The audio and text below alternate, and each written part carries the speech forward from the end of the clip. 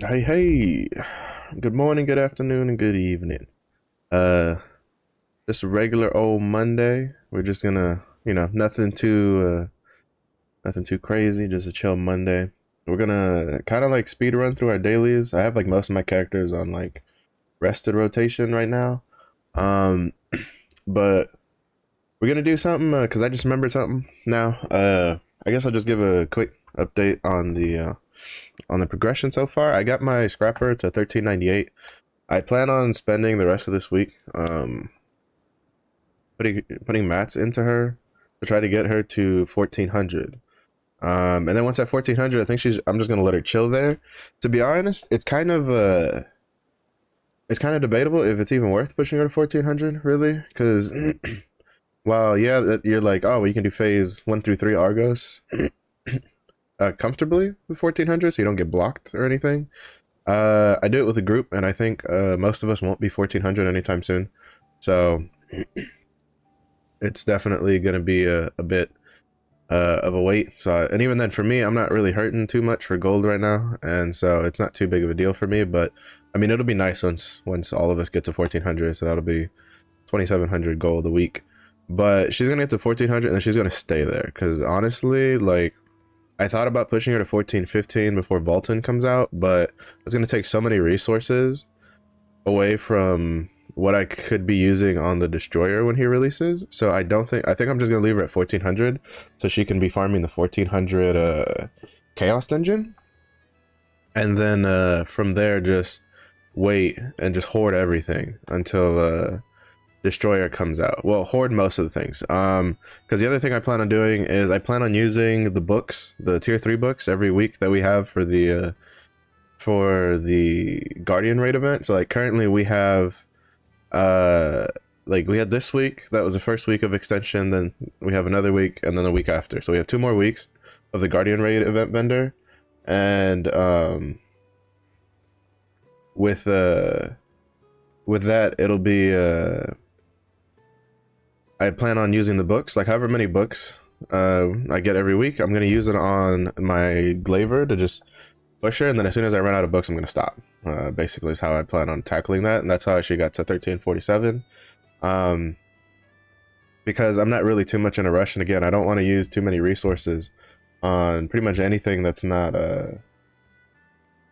like the scrapper. The scrapper is like the only one that I'm like that's important enough to me for pumping resources into and dipping into my little piggy bank of materials, of like at least the unbound ones, not necessarily the chest and stuff like that, of the unbound farming ones that I get from my 4 tier 3 characters. My scrapper is the only one that I'm like, I'll dip into it enough to kind of like get her to 1400. And then on that note, after I do my dispatches, I'm gonna pull up an efficiency chart. I don't know who made it or anything, because I had a friend of mine send me the like when I asked him to send me a link of it because he was talking about it on Discord, he sent me the picture, and he himself didn't even remember where he got it from. I'm assuming he probably got it off of Reddit. If you're watching this on YouTube, if you know the Reddit link or the website link or whatever where this information was pulled, I would appreciate it if you would put it in the comments so then I could pin it, or just add it to, or I'll either pin the comment, or if I can, or put it in the description. I'd credit you for getting me the name. I'd really appreciate it because I can imagine how much work it took to kind of like get the data and kind of compile it. But we're gonna look at that here in a second after I do my dispatches and stuff like that, just real quick. Because there's a couple different routes you can take to get to 1415.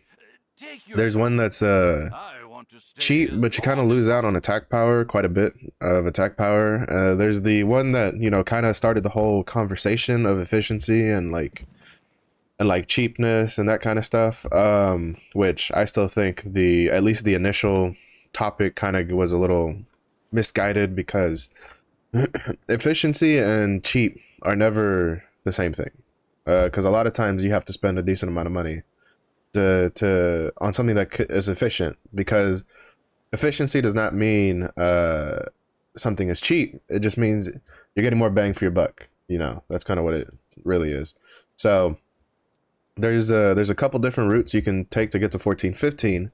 that are cheaper than if you went from like plus 15 everything.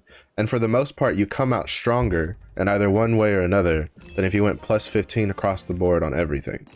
Oh shit, stronghold leveled up. So we're gonna look at that chart here in a second, and I'm gonna tell you which one I personally am going, the route I decided to go.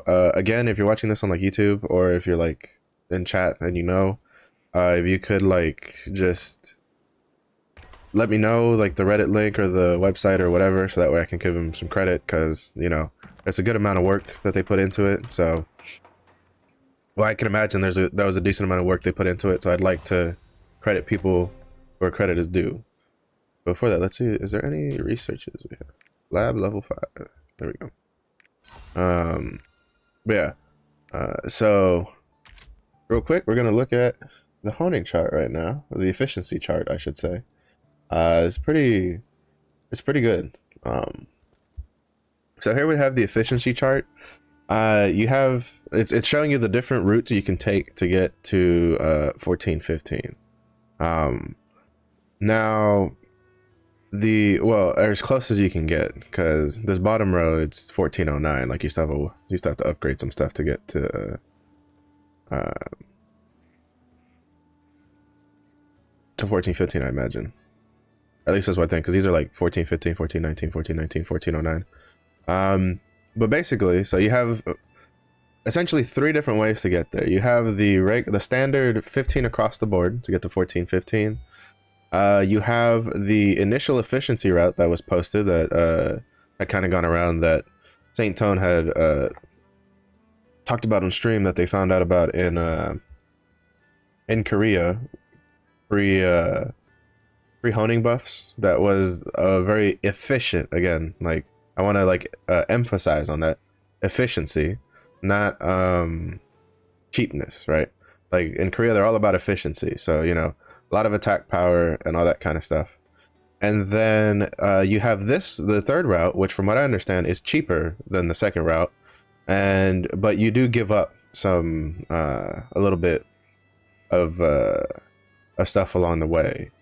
To be honest, if you're a support, you could completely go this route, or you could like, because it really, I don't think it really matters too much for supports, because you can just flip it. So if you're a support, you could probably just go straight the cheap route, because from my understanding, this while not significantly cheaper, it is cheaper than the second route. But the second route for DPS is pretty much the most efficient way that you're going to be able to get to 1415 or 14, or you know, for Vaulted and that kind of stuff. Because as you can see here, the attack power for plus 15 across the board, according to this chart, which I am assuming is correct, because we're looking at attack power, is 16,783, according to this, which I'm assuming he's doing, you know, calculating from the mains, because you get a lot of main stats from the gloves, the shoulders, and the headpiece, and a little bit from the chest and the pants, and then you have the weapon that gives you the just percentage attack damage and that kind of stuff, right? So this is if you go plus 15, you're at 16,783. If you go this route, the second route, which is the route I personally plan on going, where you leave your weapon at 11, which that's kind of the rule of thumb for like almost any of the efficiency slash cheaper routes, because I've seen other ones from this one, but I think they sacrifice too many stats because they spread it out too much. You basically, the general rule of thumb is just leave your weapon at 11, because the weapon's so expensive in comparison to like the armor stuff. Like, one tap on your weapon, I think, is still more expensive than trying to go past plus 15 on your armor pieces. So, and then you get less destruction stones than you get from guardian stones from like just about anything. So you get less chances, and it uses more leap stones, and it uses more fusion materials than if you just went for armors. So basically here what you do is you leave your weapon at 11, you leave your chest piece and your pants at 8, and then you push your gloves, your shoulder piece, and your helmet to plus 17. Because something that some people, I don't know, you might not know this, but when you go from 0 to plus 15 on the armor, and with the legendary stuff and with the purple stuff, basically the first sets of armors in tier 3, when you go from plus 0 to plus 15, you're going 5 item levels at a time. So it's not a lot of stats, but you're devoting a lot of mats to it. So what's happening here is, when you go past plus 15, which you cannot do on the purple gear, you can only do it on the legendary gear. You start going from, instead of 5 item levels per jump, you're going 15 item levels per jump. So that's where this whole efficiency cheap routes come from, is that they're looking at the 3 item levels worth of stats that you're getting per enhancing attempt compared to just getting 5, right? And so that's the big thing. That's the other reason why you just kind of like why it kind of pans out a little better, because if you're a DPS, you go glove, shoulder piece, and headpiece, because those are the 3 pieces that give you the most like main stat, like strength, dexterity, intellect, and you kind of just leave it be with the chest piece and the pants, which some people were like, a lot of people were like, oh well, you lose out on a lot of defense in that route, but according to these numbers, you don't. You actually come out with even more defense than you would for the stats you're getting, because again, you're only getting plus 5 per, and while here this is 30, 60, 90, you know, basically it's like 30 stats, 30 item levels more, just going from plus 15 to plus 70. So you know, when you compare them, this is basically the equivalent of like, you know, plus 9 to plus 15 basically worth of stats right here in these 3 pieces. So, and as you can see, in the first route with plus 15s, we had 16,783 attack power. In the second round, you come out with 17,007 attack power. That's like 220 attack power more. That's a lot of attack power. That is a lot, like for DPS, because this is gonna get like empowered by you know, all of your engravings, your class engravings, your specialization, all that kind of stuff. Like that's a lot of attack power to be missing out on top of the fact that you're paying more gold per tick trying to go plus 15 all the way, right? So basically that's the main reason I plan on going this route personally, is because of the attack power, because you get quite a lot that you have here. Because like for instance, this is the cheaper route option, right? Where the cheap route option is, again, you leave your weapon at plus 11, because again, that's generally the rule of thumb. You just leave it at 11, you just let it sit there. Mind you, it's not going to sit there forever. You're eventually going to have to hone past it. This is just that without the honing buffs, it's really it's a lot more. You're just trying to get to 14, 15 at a more efficient rate, or cheaper rate, so that way you can at least get the gold from Volton's normal mode kind of stuff and slowly build towards the next set and all that kind of jazz. But here they leave the weapon at 11. And then they do the helmet at 13, with the chest piece and the pants at 12 each, and then the shoulder piece at 17 and the gloves at 17. Now the issue is that it's still better than if you go the first route, because you come out with 16,850 attack power, but that's still what, 150 attack power less. Like that's still a pretty good chunk of attack power you're missing. Again, like it might not seem a lot in the grand scheme of like, oh, 17,000, 16,000, but that's a lot, especially when you consider the jumps that you're currently working with, right? Like you're only jumping by 5, that kind of stuff. So you're still missing out a lot, and you still come out with more physical defense, like basically you come out with more defensive stats anyway with the second route. Because as you can see, the physical defense here is 17,496, 18,000 here, 17,912. And then if we look at vitality, it's 21,226, 21,711, 21,534. Like you're still coming out, like the second route is, by all intents and purposes, superior to the other routes. Now, as a support player, you kind of don't need to care about this, because for the most part, I think only Bard has an ability that attack power affects what they do. But even then, that's kind of, I don't think it's like that important. But especially I think Paladins just don't care. But for the most part, as a support, you could still do this route, the second route, if you wanted. But since you don't really care too much about attack power, you're probably just going to swap like the glove and shoulder piece to the chest piece and the pants. So if you're going to do that anyway, I would suggest, if you're a support player, go the cheap route and then just flip-flop the shoulder and gloves to the chest piece and the pants, because those give you the most health, which is what your abilities scale off of for shields and like healing and all that kind of stuff, if I'm not mistaken. So if I was as a support player, I think you should go just straight, You should just do the cheap route, because that's what a friend of mine is doing with this paladin. And then just make it so that instead of the shoulder piece and the gloves are at 17, leave those at 12, and then go with the chest piece and the pants to 17, because that affects your kit better as a support. If you're a DPS, unless, like, I guess if you're really, really hurting for gold, because like I have a couple friends who they're under 10k trying to hone up to like 1400 and whatever, you could go the cheap route. You do lose a bit of attack power, well, a decent amount of attack power, and you're not quite as tanky, but at least the tankiness isn't very distant, really. Especially because your tankiness doesn't mean shit if you're running like Grudge, so you're just gonna be in for a world of pain. But I think if you can do it, if you can afford it, like really try to go for the second route, because it's just, I think it's better, and you can kind of like, and also you don't have to stay committed, right? So like for instance, the one the three variables that are unchanged is the weapon, the gloves, and the shoulder piece when it comes to DPS between the two routes, right? So what you could do if you so wanted to is which I think everybody should kind of do if you're DPS, is get your weapon to 11, like kind of just devote your resources to getting your weapon to 11 as soon as possible, and then leave it alone, just don't touch it, because it'll give you a pretty decent power spike at the beginning. And then you go for your gloves and your shoulder piece to like +7, like, you know, get like your armor up to +8, right? And then leave the chest piece, the pants, and the chest piece and the pants at 8, and then take the headpiece and then leave like the headpiece to like 13, and then just work on the gloves and the shoulder pieces.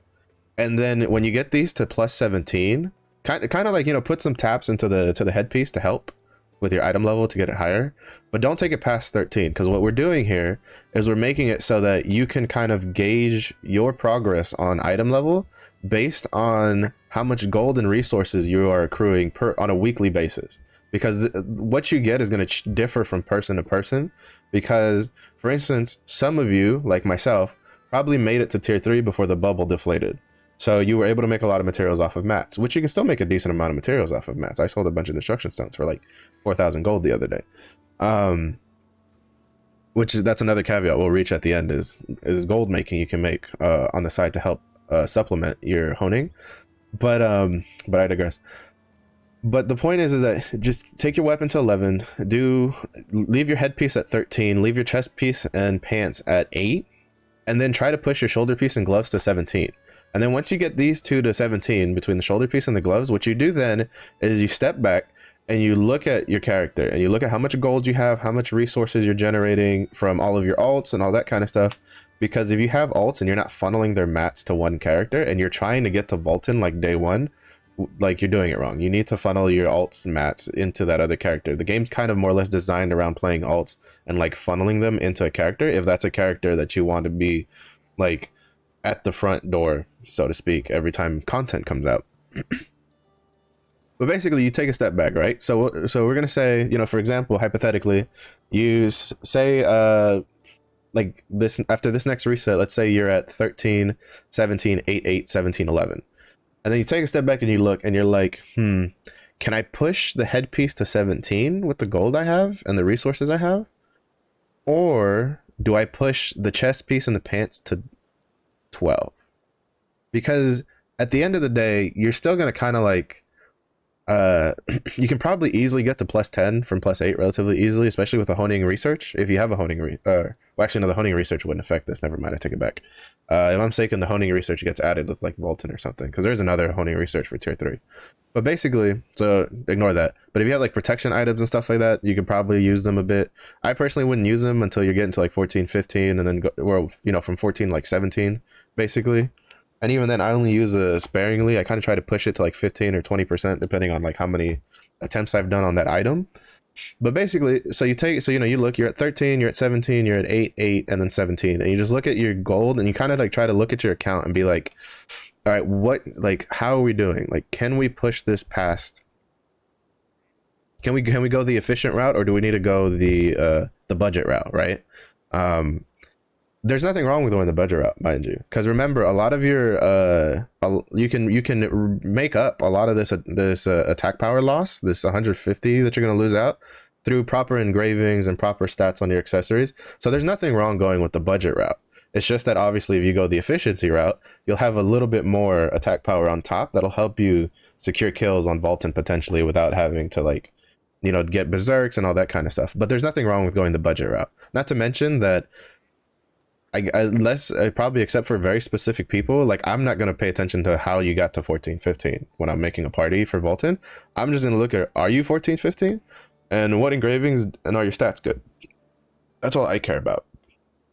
Because the next thing after that is like, can you stay alive through mechanics so we can kill things, right? Like that's how I personally look at it, and I feel like that's how the average player on the most part is going to look at it when they're party finding and all that kind of stuff. But you know, and you can kind of go either way. If you can go the top route or the second route, I would suggest doing it personally, because I'm someone who I like to get every little bonus I can get, because to be honest, I'm not the greatest of players, and while I can generally survive till the end, a lot of times I play a little too passive, and it, especially on the first couple attempts on a boss, I generally, you know, which is kind of the way you should really play, is you kind of trying to figure out what moves you can eat and what moves you can't eat, because there's always a back and forth with that, and then what abilities you can use to eat certain moves and all that kind of stuff. But there's nothing wrong with the budget route, to be honest. So again, these two routes are pretty much the better ways to go, because they're a lot cheaper than the plus 15 route, mostly because the amount of like materials and attempts it'll take you to get your weapon from plus 11 to plus 4 or to plus 15 is insane. And then you have to also consider the fact that plus 15 to plus set, like you're fighting from 14 to 15, the percentage is the same as 15 to 16 and then 16 to 17. So again, that's the other reason why the budget and the efficiency route are like cheaper also, is specifically because instead of fighting like 10% chance or something, or 15% chance to get from 14 to 15 on a bunch of pieces, you can just fight a 15% chance on 3 pieces to get from 15 to 16 and then 16 to 17, and then you're getting 30 more item levels worth of stats basically for each time past 15. So in the end, this is why these work out like that. But just to reiterate kind of from the top,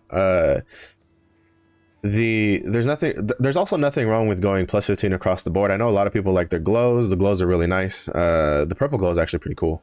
I don't really mind it. I like it. If you go plus 15, so I can totally respect people who want to get to 15, so that way they don't have to go too far to get to 17, because 15 is a blue glow, and then I think 17 is where you get the purple glow on your weapon. And you know, I get it. Like if you want a nice glow on your weapon, power to you, buddy. Go for it. Don't worry about what anybody has to say. So all like these are all fine. It's just that I personally am going for this second route right here, and then there's this route here.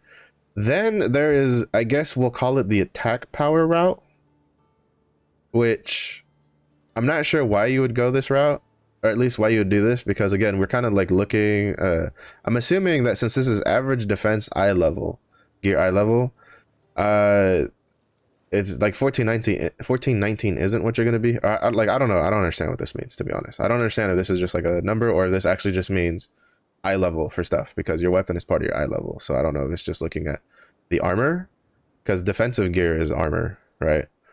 I don't know. I'll leave that to, no, I'm assuming it has to be the eye level. So yeah, you'll be 1419, I guess.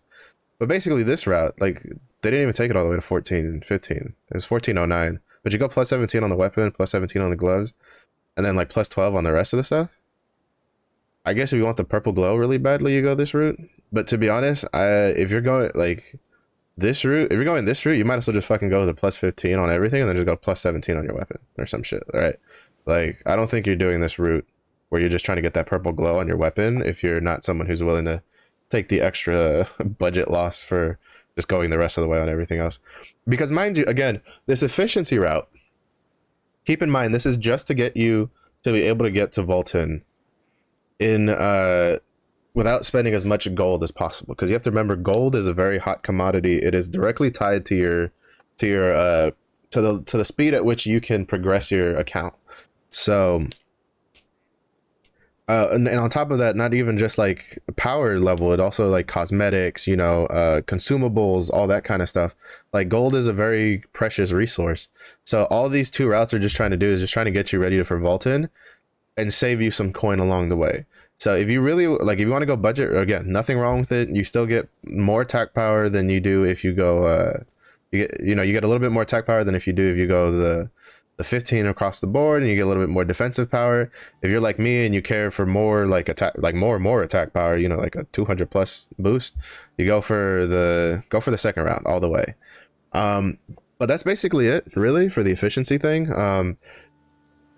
At the end of the day, how you get to 14, 15, in my opinion, doesn't really matter. It's more on personal preference, because this isn't gonna, you're like your chest piece and pants, if you go the second route, or if you like whichever one of these two routes you go, they're not gonna stay at 8. You have to push them to plus 15 eventually. It's just that this is here to kind of get you, just to make it a little less painful to get to 14, 15, so then you can get Argos, Oreja Hard, and Vulcan Gold. You have 3 sources of gold there that you can then do on that character. And then a big caveat to keep in mind is that this is only viable, these 2 routes are only like considered efficient and cheap until they add the honing buffs, like the passive honing buff, not even like the stronghold research, but the passive honing buffs. We don't know when they're going to add them. I personally have a hypothesis that I don't think they're going to wait too long till after Vulcan to add it, to be honest. Because I do know on the forums a couple times people have asked about honing buffs, and Rox's answer has leaned more towards they're kind of holding off on the honing buffs, which I'm not sure why at this point, but they're more for supplementing the material shortage that they hadn't really foreseen was going to be a problem before with events and stuff. So I guess it's kind of whatever, it's good. The caveat being that, sorry, I'm saying that a lot now, but the asterisk to that is we have yet to have an event that gives great honor leap stones, and that's the leap stones we need. So, and you can't turn unbound leaps or bound leap stones into great honor leap stones, right? Bound honor leap stones to great honor leap stones. There's only the unbound ones you can like convert over. And the biggest downside with the Arc Pass is first of all, there's only one source of great honor leap stones in the Arc Pass, and the only way to get it is if you bought the 1500 crystal pass. So, and that, in my opinion, that was a very big oversight. And I was looking earlier at the login rewards, which we'll look when I hop over, because there's some good stuff in there, in case you haven't seen it. And there's a leap stone chest in there, but there's no great honor leap stones in that chest. So if the next event they give us doesn't have great honor leap stones, then, especially seeing how May is supposed to be the month that Vulcan comes out, that's a problem. That's a problem, especially if they're not going to give us Trial Guardians early, because I feel like Trial Guardians is another good source of like weekly leap stones, like great honor leap stones, because you only do it once a week per roster. So you generally are going to do that on the character you want to like push the farthest. If they don't give us an extra source for great honor leap stones from like an event or something, then in my opinion, all of their talk about trying to get us more materials to get to Vulcan instead of just giving us honing buffs is all just hot air, to be honest. Because bound honor leap stones does me no good. Having more 1370 characters does me no good, except like drain my resources. So I'm hoping they do something with the great honor leap stone situation, and it's just how it is. But that's basically it, really. I kind of want to just go over this because I feel like this is a nice little spread for it. If you're watching this on YouTube, again, if you know who made this, like a Reddit link or like a link to a website or something, like don't just go in my comments and be like, oh, I made this. I'd appreciate it if you like gave me a link or something, because I'd like to give you, like, even if you were the one that made it, like, give me a link or something, because I'd like to give you whatever little traffic I can from my video. So let me know in the comments if you know who made this chart, whether it's a Reddit post or like an article link or something, and so I can give credit where credit is due. Also, if you're watching this on YouTube, let me know like what do you plan on doing, or what are you working towards? Like I said, I myself am working towards the second route. I'd love to hear your ideas on like what route you're going and why, your support and all that kind of stuff. If you have any questions, like, feel free to drop them in the comments. I'll try to help to kind of like answer it the best I can. I tend to do a lot of research on like whatever games I play, especially for games like this where you kind of got to like, you're trying to like min max a little bit and trying to get an edge on stuff.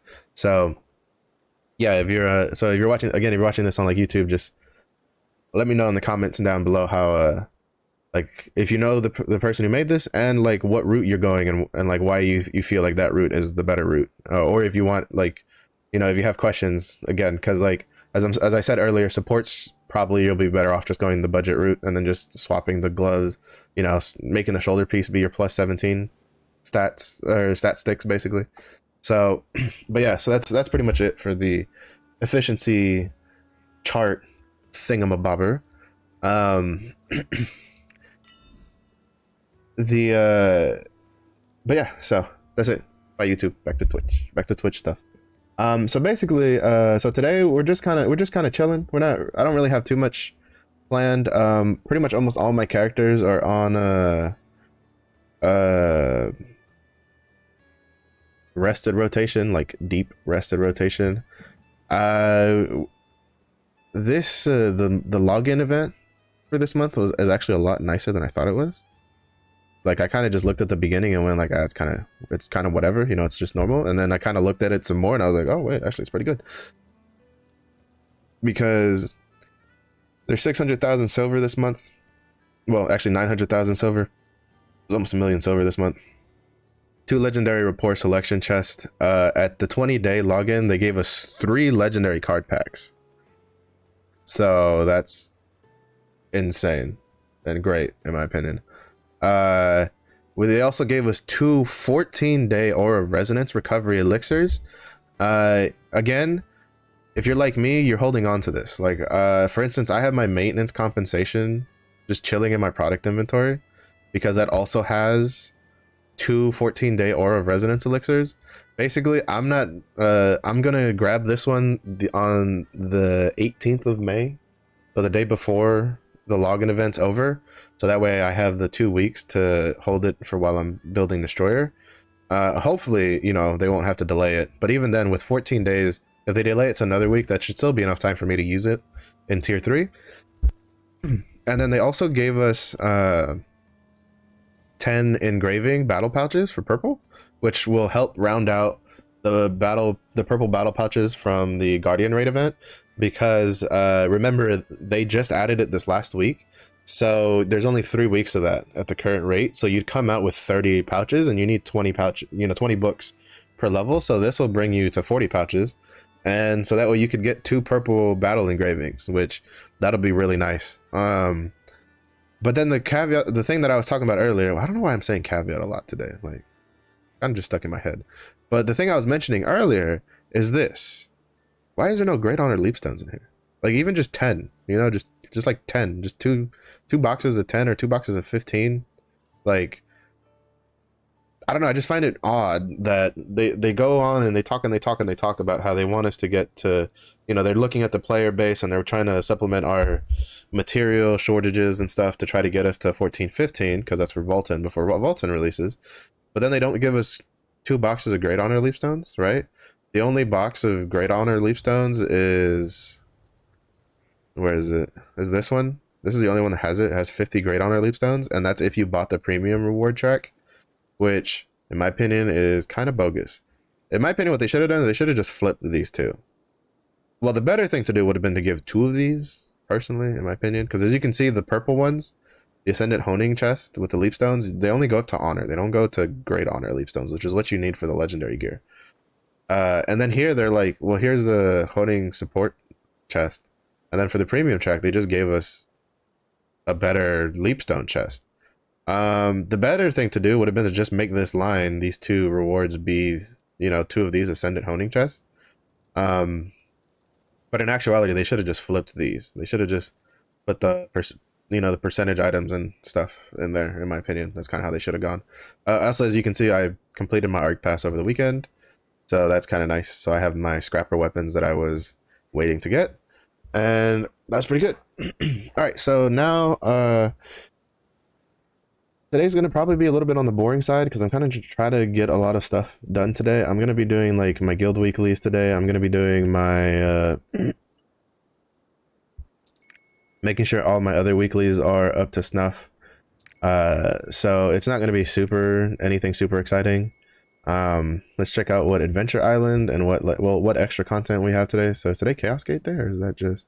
oh yeah, so we have Chaos Gate today, and then so that means that's kind of whatever. So I mean, I'll be able to do that on stream.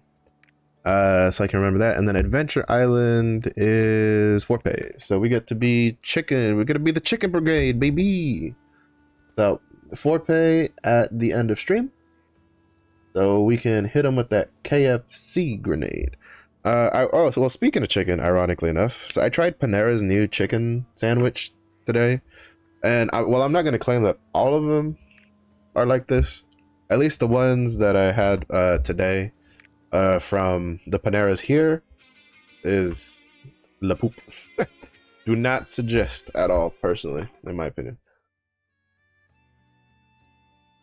At least the one here is not that good. I've made better chicken sandwiches at home. But yeah, so I need to try Zaxby's. I haven't been well, first of all, I haven't been to Zaxby's before, even though I've been living in this place for like 2 years now. But I saw a commercial that they had a new like a chicken sandwich, a twist on a chicken sandwich classic or some shit like that I kind of want to give a try for I was like, a good chicken sandwich is just good, right? Like, because like usually, so like my diet currently, on the weekdays, so Monday through Friday, what I try to do is I try to eat like a yogurt and some fruit, or like a yogurt and like a dark chocolate bar or something that I have like around the house for my like breakfast / lunch. And then, well, I guess I call it brunch. Basically, my first meal of the day is that. And then I usually don't eat anything till the end of stream, so at 6. So basically, usually I eat my first meal of the day at around 11:30 to 12:30, depending on if I take a shower in the morning that day or not. Because if I take a shower in the morning, I try to do that first, so I get it out of the way, and then I go eat. So that usually pushes it to like 12:30, because I'm usually doing other stuff. But basically, I'll do that. Then I'll eat my first meal of the day. And when I eat my first meal of the day, I go over to, I eat the yogurt with either some fruits or something, or like a dark chocolate or something like that. Something just to give me a little some energy to get through the stream. Doesn't do much for my hunger, because then again, I'm always hungry all the time, so that kind of doesn't really matter to me. Kind of just something you get used to. But basically, after that, I don't eat till like the end of stream, and so I eat a big dinner at the end of stream, basically, for the most part. But basically, what I was getting at is that, like, so I ate the chicken sandwich on top of having the yogurt, and it was so light, and that like I'm still hungry. Like, a chicken sandwich should not like make me like full, but I should feel content, right? Like, I shouldn't be like, yo, where's the rest of that chicken sandwich at, right? Like, that's my opinion on it. But yeah, so Panera's chicken sandwich, at least the one from here, no bueno, no bueno. I need to try Zaxby's. I'm kind of curious.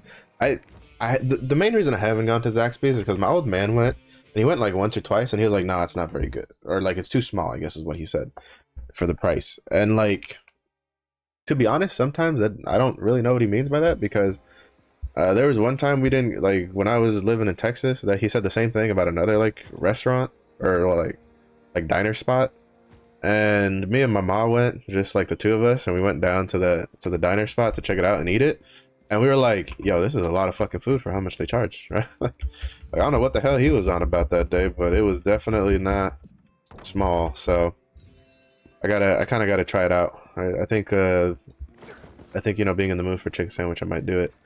Oh right, before I forget, because I kind of got to put this at the beginning. Tomorrow there's no stream. Or, well, one of two things will happen. There'll either be no stream tomorrow at all, because I have to wake up pretty fucking early, and I'm going to be tired. And a tired Marsh is not a very entertaining Marsh. If anything, I just get angry pretty quickly most of the time. And I just fuck shit up. But basically, what I'm getting at is, I'll probably have to refill my water midstream. There'll either be no stream tomorrow, or there'll be like a short gorilla stream, and it might be on YouTube instead of on Twitch. And if it's a short gorilla stream, I'm probably just gonna play Apex, because I've been playing Apex recently, because I've been in a really big mood to play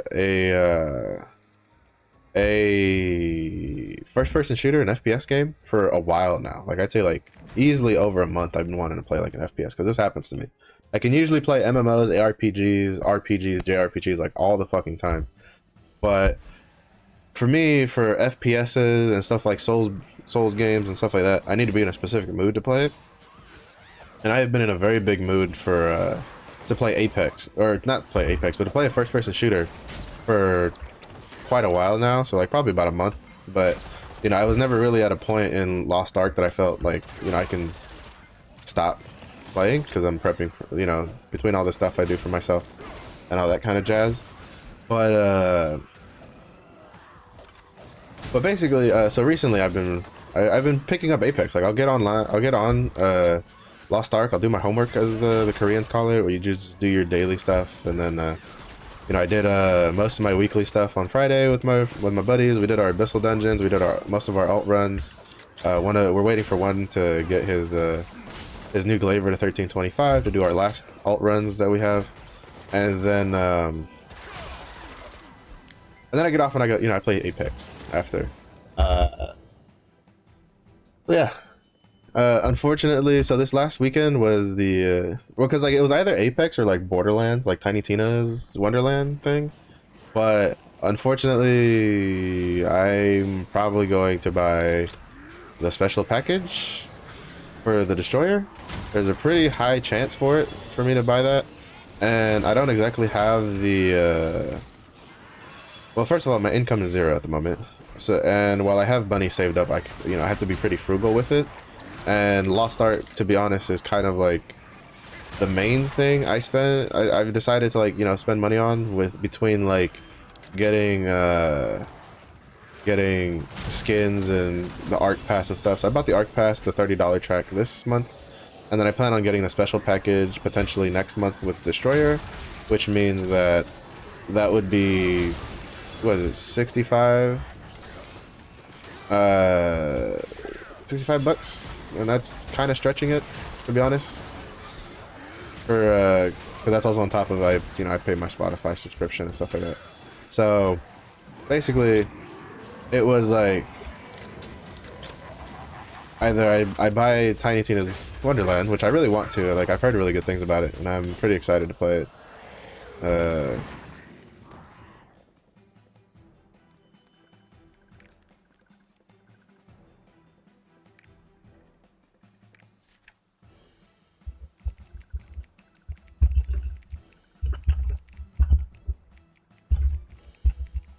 But basically, I decided to just play Apex because it's a game I've watched a lot of. I am unapologetically a RPR fanboy and a Selene fanboy. I don't know if I'd be able to call myself a Dragoon, because to be honest, I don't watch a lot of Selene outside of like Apex stuff. But I try to watch RPR when I can, which is pretty hard, since usually he usually ends stream when I'm getting on to like kind of just look at stuff for the day to do. But this last weekend was the global series for Apex, and unfortunately Monday got tested positive for COVID literally the day before the competition. I'm still not too happy how EA handled all that stuff, because to be honest, as a company, they should have been able to like provide sectioned off areas for all the teams. Because like with how big and fancy they made this, like the stage, there's no way you can't tell me that they couldn't have just planned to kind of like give every team their own little area, so that way the team itself could decide if they wanted to play with the person or not if they caught COVID. But basically the IPN stepped in and did his best, but he's he's a retired pro Apex player, which it's a night and day difference when you play something professionally and then you don't. It's a huge mental shift. Not to mention that even if he was playing professionally, they still had no time to kind of like practice together, to kind of like get a feel for each other's play styles and kind of like just jive. So unfortunately my boys got knocked out really early in Scars with RPR in them. I feel bad for him, but I'm still rooting for them. Hopefully in the next tournament though, they can bring home the win and they can bring it home together. I think Reignite was the team that won, which they also had a member that couldn't play due to COVID testing being positive.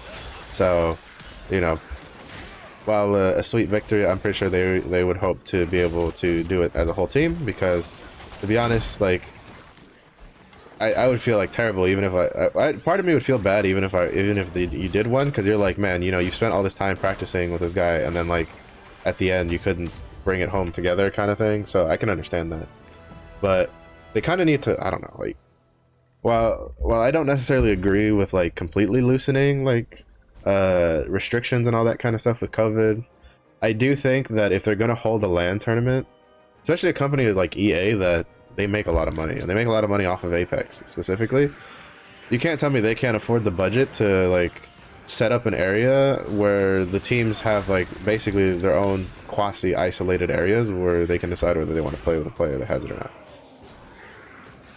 So at least that's my opinion on it. That's my opinion on it. But it is what it is. It happened. I haven't been able to catch a stream for even. I don't think he has streamed. I have to check. I have to check his account. I know they flew him out to like Texas, I think, or something. Basically, he was on the B stream for a bit. Actually, I don't know if he was in Texas. Maybe not. It might have just been a gag tweet. But if I'm mistaken, they kind of like flew him out, or not flew him out. He was on the B Apex stream for the tournament or whatever, and I missed out on that, unfortunately, because for me, I was like, as soon as my boys got kicked out, I was like, all right, this tournament, I'm done with this tournament, right? Like, I wouldn't even know who have won the tournament if I didn't end up watching Toa-sama restreaming the last bit of the finals the other day. But yeah, so basically that's why I started playing Apex, because I was like, man, I've been watching a lot of Apex. I've always liked to watch Apex. I've always thought it's like, to me personally, it's always been the better, like the more interesting battleground game to watch personally. That's more personal taste more than anything. I like the whole like ability, like hero classes basically. Let's be honest, because that's really what they are. You know, they call them legends, but they're basically hero classes. But I think the abilities are really cool and stuff like that. So I recently started playing Apex for the first time, and I've been having a blast. I don't know what the fuck I'm doing. I've kind of just been running around playing. I played 12-ish games on Valkyrie because I've been trying to do what's left of the missions to try to get some battle pass stuff, to try to get some currency. Personally, I'm working on my way to get Caustic, because Caustic's a character I've always wanted to play in Apex, but it's going to take me a while. It takes a bit to get the currency that you need for unlocking legends for free. So like I don't like as long as I don't spend any, I think I have to be like account level 20 to have enough mats for it. Or not, well, yeah, basically mats. Basically enough currency for it, because I think you get like 600 per, or something like that. 600 or 500 per, I don't remember off the top of my head. But yeah, I've been having a blast. So yeah, tomorrow, basically this is a really long roundabout way of saying that tomorrow, I doubt I'll stream on Twitch. If I do stream, I'll probably stream for like an hour or two on YouTube, and it'll probably be like, it'll either be Apex or it'll be like Vampire Survivors, one of the two. Because I still haven't I'm still missing the 30 minutes in the new Bone Zone thing. And that annoys me, because I was at 100% achievements before the update that added the Bone Zone and the new character and stuff. So it annoys me that I lost that just because new added content was added, so I have to go back and re-obtain it. I've unlocked a new character. I made him, you know, I've raised him to like level 100. I have that unlocked, but I need to unlock the I need to go and do the 30 minutes in the Bone Zone so I can get my 100% back. I only have to do it all over again whenever they add new content.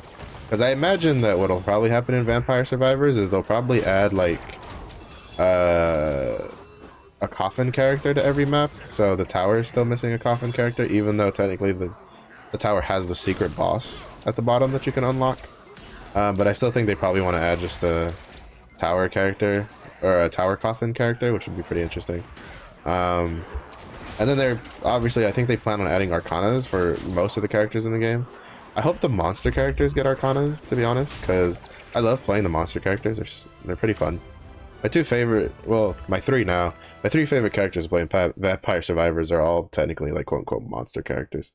Because I like Calvasas the bear, I like the dog, and I like the Blanca,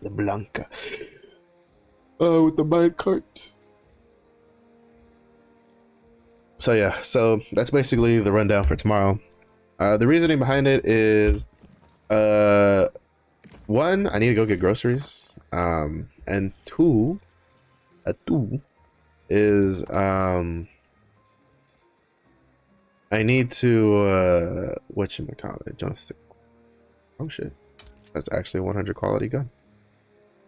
But nothing new tripod wise. Wait, do I have all my like level 1 tripods? Sorry, I gotta check this. Yeah, I do. Sick. And two, my old man is going in for surgery this month on the 16th of May. So tomorrow is a pre-op basically. So they go in, they make sure everything's right on track, on time and whatever. So I won't be, so basically we're gonna go drop him off and then we're gonna go get some groceries and go to like the stuff in that area, because that's usually where we go for groceries anyway, for the most part. We don't regularly, like, we don't go to groceries there like every week, you know, right? Because it's so far, you know, it's like a 30-40 minute drive to go over there. But what we do is we go like once a month or so, and we try to get enough stuff to last us that whole month. So it's kind of what we do. So we were kind of like, things just lined up properly, right? So it is all good in the neighborhood. And all right, just this. So yeah, so I'll be doing that. So that's why, and I have to get up pretty early. Like I think we were planning on leaving at like 8:30 at the latest. I think it's like 8:30 is the time they're planning to get over there. So I'm gonna be pretty fucking tired, because I naturally just don't fall asleep easily nowadays. My insomnia's been pretty bad this last week or so. I imagine I'll be pretty tired, so I'll probably come back after, you know, the pre-op and the groceries and just take a nap. But yeah, so if you're watching this VOD on YouTube, keep an eye out on my YouTube tomorrow, because I might be streaming. I might do like a guerrilla stream on the, wait, why am I over here? I was going to go see what my rested bonus is at. My guerrilla stream, I might do a guerrilla stream over there. Just cause like, I streamed on YouTube once, like when I first was gonna start streaming way back in like January-ish. I did like a Monster Hunter Rise stream a long time ago, which, that's another thing, right? So I want to buy Tiny Tina's Borderlands, but I also want to buy the special package for Destroyer, more than likely, depending on what's in it. And then I also want to get a Monster Hunter Rise Daybreak? Sunbreak? Whatever the fuck it's called. Basically the expansion. Wait, did I do my guild stuff? And that's gonna be like another 50 bucks, 40, 50 bucks. So, you know, without having some sort of like money coming in, I have to kind of just stretch what I can do, which I don't mind. Like, it's budgeting is kind of something I always do, even when I do have a lot of money coming in. So even back when I was working and had stable income. But it just means that I can't, you know, I won't be able to buy a lot of stuff, and I kind of just got to make do with what I got. This is kind of what I have so far saved up for the Destroyer. This top part's kind of like not material stuff, but it also just like, I'll open it later. But these are all these chests are just chests I've been saving up since the beginning of the game, basically. I've only used what bare minimum stuff I need on the scrapper to get her to the next level of content, and then I store the extra chest from like, there's probably chests in here that I got from Adventure Islands, if I'm perfectly honest. Probably like 1 or 2. But basically everything is just, I'm just holding onto it for the Destroyer. We have 108 Anguished Isle Life Leap Stones here, 122 Honor ones. Plus we have 158 honor leap stones built up already. We have 60 life leap stones, and that's probably the one spot where I'm gonna have to open chests for the most, which I'm not too happy on personally. Because I only have one tier 2 character and they can only produce so many unbound life leap stones. So there's not much I can do there. And there's no, you know, as far as I know, Anguish Owl is the only one that has like a source of like unbound leap stones you can get for ults, which you can only buy 50 per character. So I'm just hoping that whatever event comes with Destroyer brings a lot of leap stones, life leap stones he can buy. So I'll also be needing to do PvP to build up those PvP coins, so that way when he comes out, he can buy all those life leap stones off of the vendor, because he won't be having the bloodstone vendor. But yeah, so I have a lot of stuff saved up. I'm trying to save as much as I can for, especially for the leap stone stuff. Like obviously I have 16 from the Arc Pass saved up, so I can afford to use a bunch of them to get him to tier 3, because it's really the most important thing is at least getting him into tier 3. And then trying to get him to 1340 like day 1, so that way he can at least do a Reha normal on that first week, because I don't think I'll be able to get him 1370 on that first week. I think I'd be able to get him pretty close, but I don't think I'll be able to get him all the way there. So I'll probably try to get him a 1340 on the first day, and then try to get him some usable engravings and stuff like that, so that way he can do his stuff. It shouldn't be too hard because I think I have a supercharged stone. Basically, if I get a purple supercharged stone, I'm gonna hold on to it, because supercharge is kind of one of the more important it's kind of like the most important engraving for Destroyer. But I'll save that for later. That talk for later. That talk is for when they officially announce Destroyer to come to our version. I'm gonna do we'll take one stream where I have a checklist. We'll take our Glaver checklist and we'll kind of like look at it and see what we can do, and then kind of like adjust it for what we learned from when the Glaver actually launched. We're also gonna do a big card unpacking stream on the 12th of May. Because that's the third and final week of the Guardian Raid event, hopefully. So on May 12th, I plan on doing a big card unpacking. As you can see, we have, what is this? 40, 43 like random card packs ranging from legendary to rare to legendary epic to any card packs. And then we have one legendary card pack here. We'll get 3 more from the login. I think we get legendary card packs from the Guardian Raid event now. So we'll also have we'll have 6 to open on top of any we might luck out here. And then we have a one uncommon card pack waiting to be opened. Hopefully has a Soulless card. But that's kind of just where we're at there. I'm just gonna do a boss rush ticket since I'm right here. Since I said like today's gonna be kind of boring. I'm perfectly honest. I plan on predominantly just doing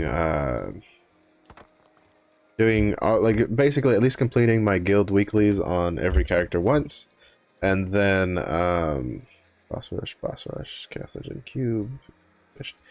So that means there's gonna probably be a lot of fishing on stream. Not exactly the most exciting content, I know, but sometimes you just gotta do what you gotta do. And since I need to kind of make time for myself to play Apex after stream, I need to do this shit now.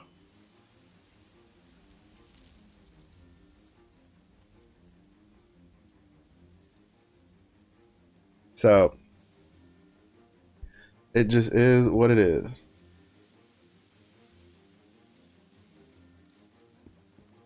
Oh shit, I came in here by myself. Fuck. I don't know if I can clear this by myself.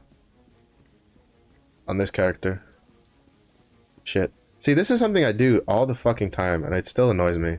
Where I will go into, I'll go into content. I won't realize that I had whatchamacallit.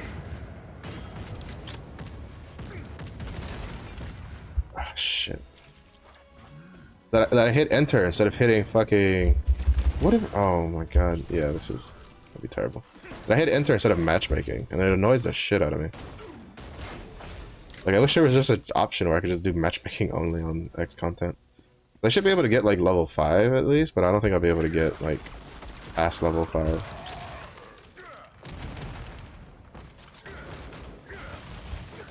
Because when there's multiple bosses, they hurt hard. And as you can see, I am on a Deadeye, so I am pretty fucking squishy.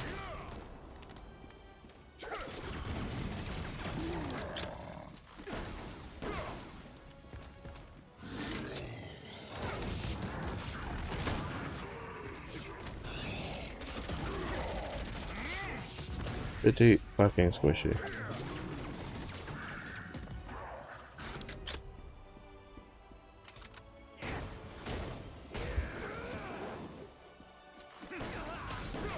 Right. I mean, at least the damage is there, but it's just I don't know if I can handle the multiple bosses at the same time kind of thing.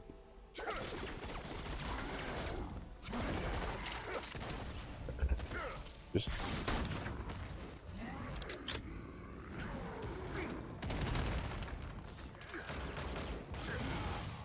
Alright, Gerdia.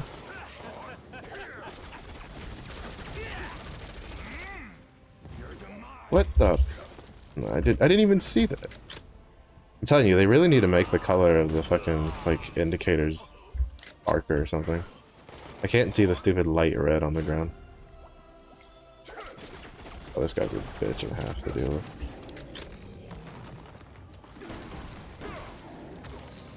That is why he sucks so fucking much.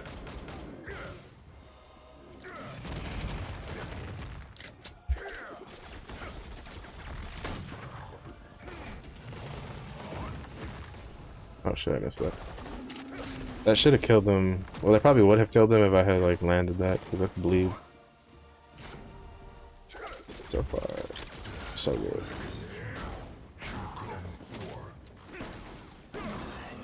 Alright.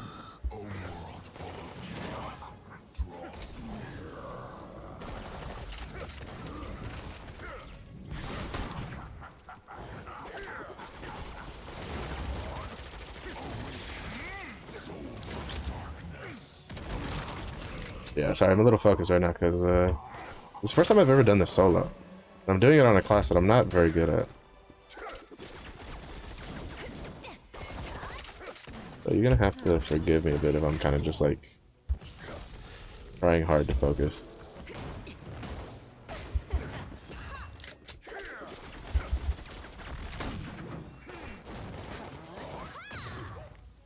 Bruh. This is why I'm like, I don't know if I can do this like solo, because some of the bosses you get sometimes out of here just fucking suck.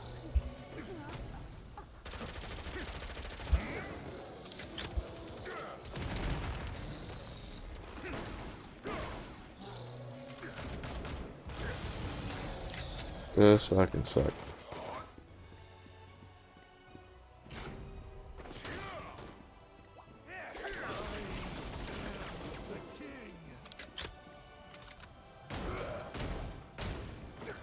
These aren't too bad.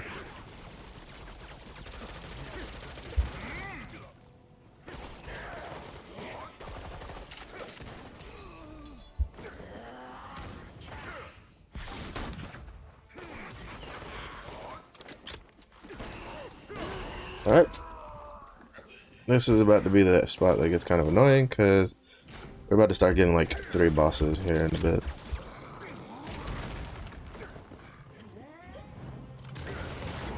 Yeah, but this is why I don't know if I can do this because I'm not very good at Deadeye, and having to face bosses when I'm not very good at Deadeye is on a class you're not very good at is pretty rough. Especially one that fucking ambushes you and stuns you. You fucking piece of shit. I hate the fucking werewolf so fucking much. Hate him so much, dude. And this is just a werewolf. Like if we get fucking moked, I don't know if I can like handle that. Oh, he like turned that stun, even though I like dodged it. Luckily, he tried to hit me while I was like dodging, so.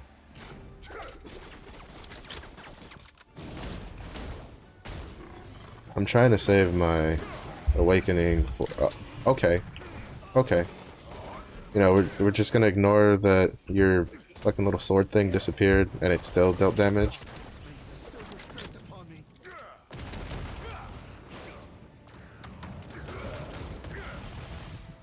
Okay. That's cool.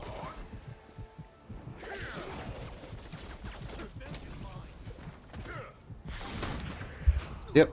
Yep. Oh my god, I hate this fucking so much. This sucks, dude. This sucks.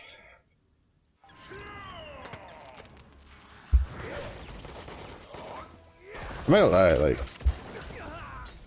where'd the other guy go? What is going on? What is with the, like, bro, the abilities that these guys have sometimes, they're so annoying. Actually, I'm just gonna stay over here. Like this now.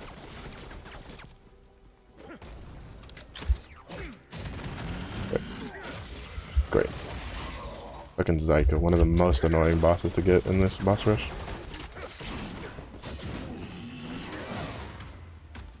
Zyka, I think Zyka, Moke, and Kaisha are like the three, or no, Zyka, Moke, and Stella are the three bosses I dislike getting the most.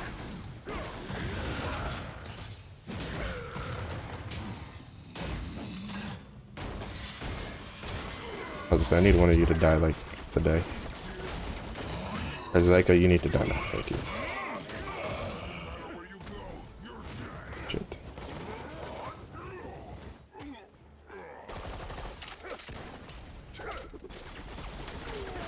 Alright, alright.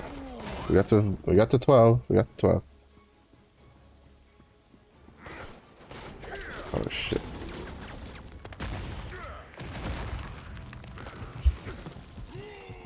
The fucking bed.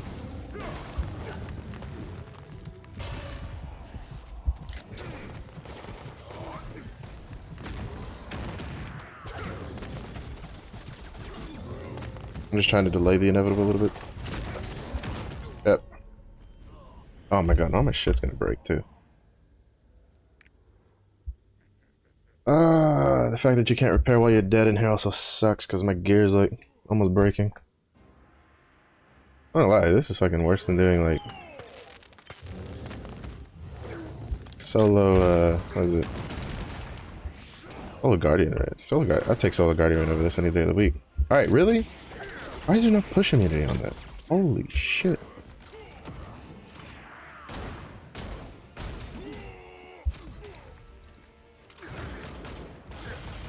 Please just die, dude. Just die. I'm tired of being here.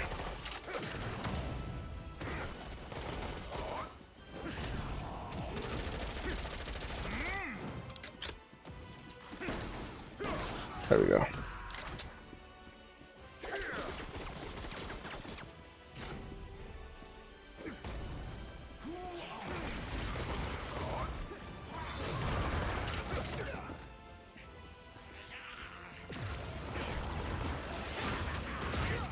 I was saving it for you, Moke. Now here's hoping we don't get a second Moke, like, back to back. Because that's gonna suck. Alright, we didn't get a second Moke. Oh.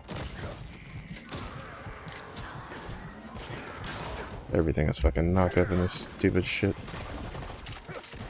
Remember how I said I don't like Moke and Stella? Well, we got both Moke and Stella in this run, but it should be alright. We should be able to finish it and clear it out.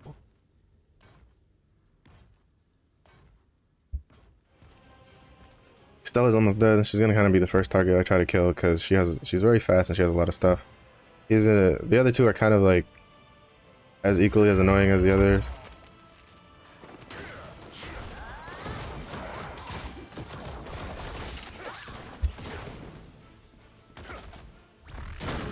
Alright, so we got Stella.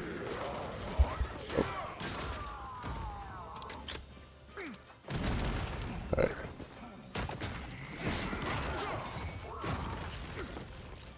I think we should be able to kill him. Yes. So now we just need to kill him.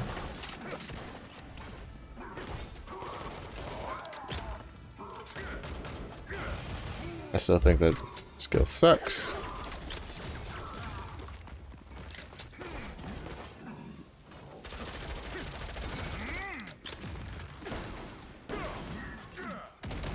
Yay! We did it!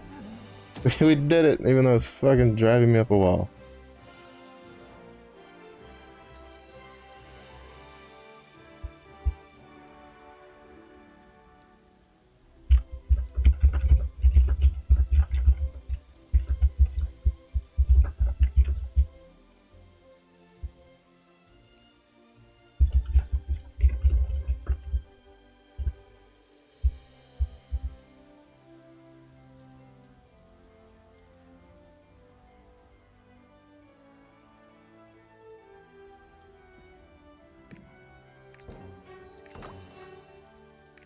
Oh man.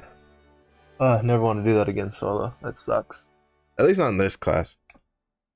Or at least at 1325, right? I think if I had done it on any of my other characters, I would have been fine.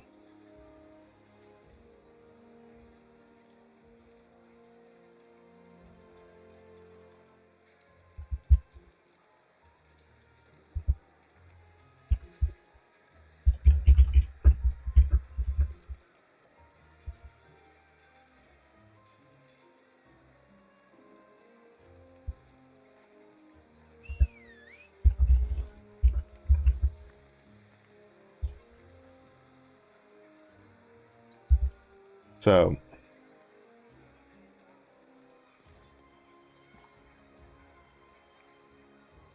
we got that done, so that's good. Let's see what we get out of here. So we can just toss these in the roster storage. And I think I'm going to send them over to the Glaver because she needs level 3s. Or tier 3 stuff. I have her on like tier 2 stuff, but it's not cutting it.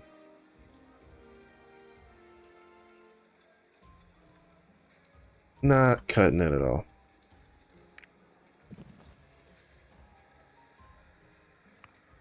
Because I have a good stockpile of stuff for Destroyer. Because I have these 11 chests I'm holding on to, and then I think I have like I think I have like at least 3, if not 4 whole rows of like tier 3, level 4 and higher gems on the scrapper saved up. So I'm going to start giving it, you know, I'm obviously I'm going to start giving it to my Berserker and my Glaver so they can at least start getting their smoothing out their rotation and damage a little more, make it feel a little better. All right, put this on chaos. Match me. Use. I only have the 4. I need to save this. So it's pretty good.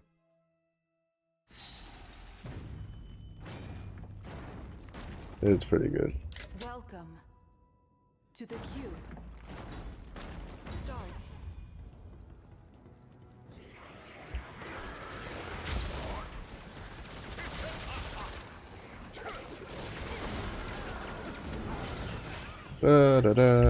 I'm doing tier 2 cube because I hate doing cube, and at least as a tier 3 Deadeye, I should be able to hopefully guarantee being able to complete it. Hopefully. Granted, I think I only need like silver to really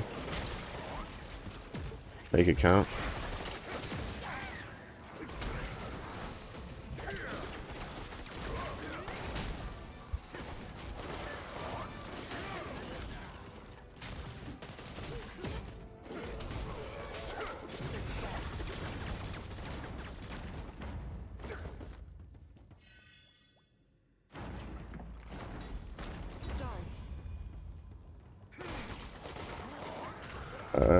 Oh, cool.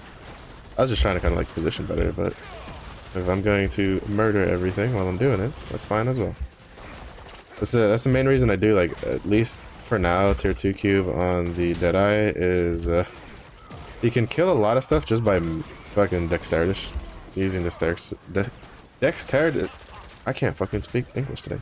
Dexterity shot, like, to just move around. He can, like, deal, like, almost straight out kill most things. Especially if like nobody's touched it. But Yeah. I also do tier 2 because I'm lazy. If I have a tier 3 character and they have a tier 2 cube ticket, you best believe your ass that they're going to go do that tier 2 cube ticket instead of the tier 3 one, because I just don't care.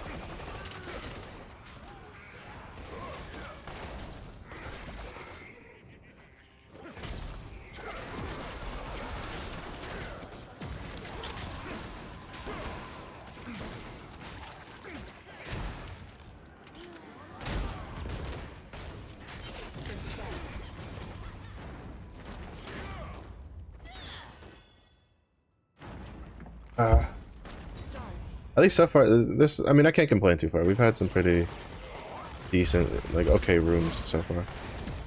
I don't know, I just really don't like doing cube.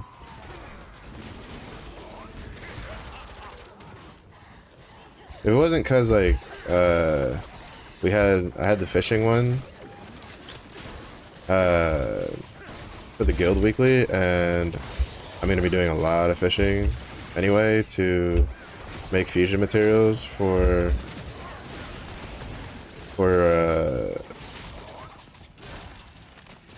destroyer, you know, because you need fusion materials, a good chunk of them. I would probably just take the logging one instead, and then put a sailing one for instead of cube, because I hate doing cube that much. Granted, I do have the sailing one upgrading, so that way I can get level 2 sailing, so that way we can get more shit from it, because I didn't realize how easily the hazardous water ones were.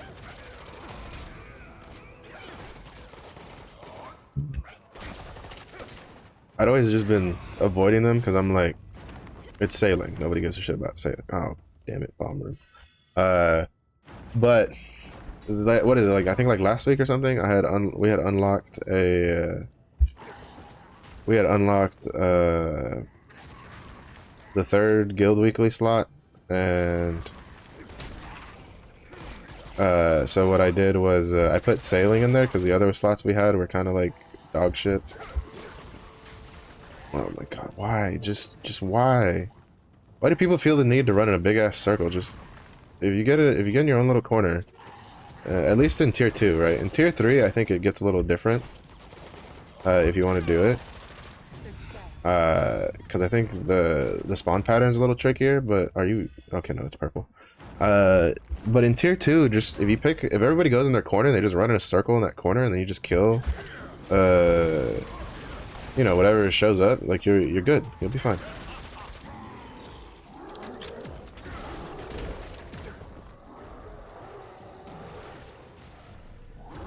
It's when you start like running in circles that you start causing issues. Because the problem is that, like, you go, oh yeah, but if everybody runs in circles, then, you know, then there's no problems. Yes and no, because the bombs sometimes spawn in front of you. And so if everybody's running in a circle, in like one big circle, and then the bomb spawns in front of you, and then you basically backpedal because you're avoiding that, well, then the person behind you might backpedal into the bomb chasing them, and then that'll kill them. So if everybody just gets in their own little corner and they just run in a circle in their own little corner, you can then play off of the middle space to use for extra space if you need it. Also, I don't know. Oh, that's why. We're in a boosted physical damage room. I was wondering why, like, that boss dealt so much damage, and that explains that. Because, like, I'm not too deep into tier 3 on this character, and he has a dead eye, so he's a little squishy, but I'm gonna pop this because I don't feel like dying. But to all of a sudden go from, like, a little over half health to, like, almost no health left, that's a hard hit. Because it seems like it was just like an AoE hit, because like 2 of our team, I think the 2 guys that were standing next to me, like, they just died. And I think they were at like almost full health for the most part. So that room definitely had to be pretty strong.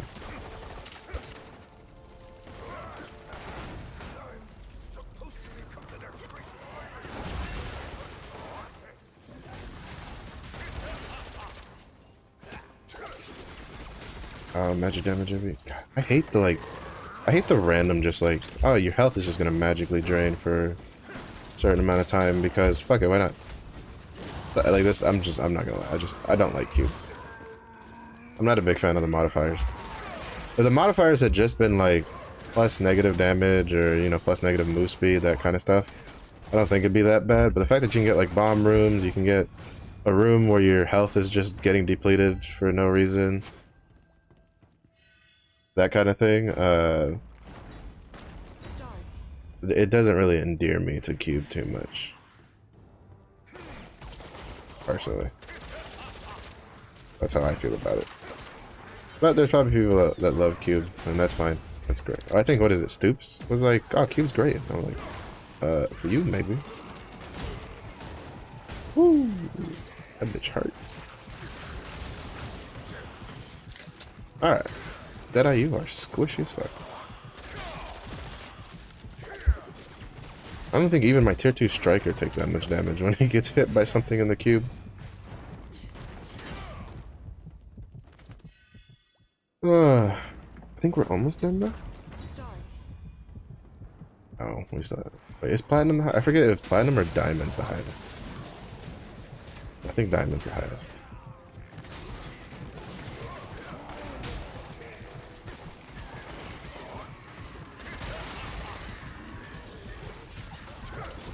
God, I really wish I could like take off that red effect. Actually, you might be able to. I think I saw a setting for it once. Oh shit! What did I die to? Killed by war. Oh, I think the last one, like just as the last shotgun ability went off, he threw something at me that killed me.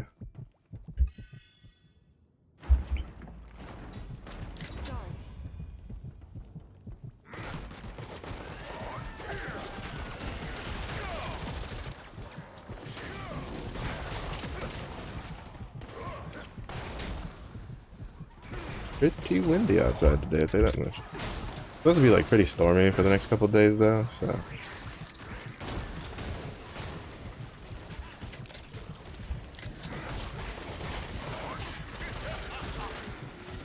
At least it's supposed to be at night, at least, hopefully. As long as it doesn't storm like when I usually take the dog out, it's fine. Okay. But that will be another thing that will make me tired, is if it's like storming at night pretty bad, because the dog tends to wake me up a lot because he doesn't like it. Damn Durg. Okay. We haven't gotten the heal room at all.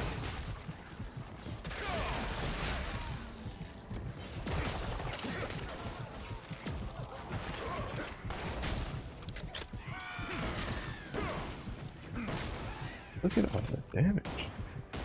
Man, I think it's really a gross understatement to how squishy people can't tell that Deadeyes and like gunslingers are. Like, I am 1325 and a tier 2 cube ticket, and the regular mobs on a boss that doesn't even boost their damage, like that's probably about 5%. Or something. I don't know. It was a lot more damage than what I was expecting for a regular, like 2 regular mobs to deal to a tier 3 character. But then again, the defense coefficients for Deadeye are really, really low.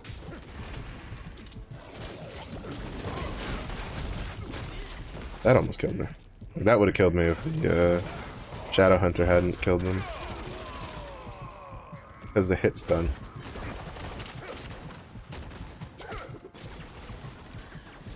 The hit stun from the attacks would have been it.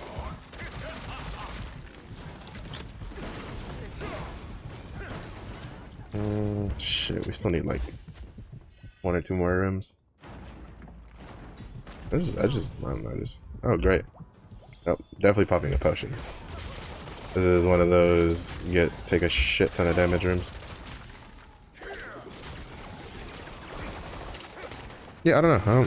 Like, I get what they're trying to do with Cube, and I guess it's cool and whatever, but I don't personally agree with the format. Because I could tell they were kind of like trying to do like the roguelike thing, right? Where it's like random. But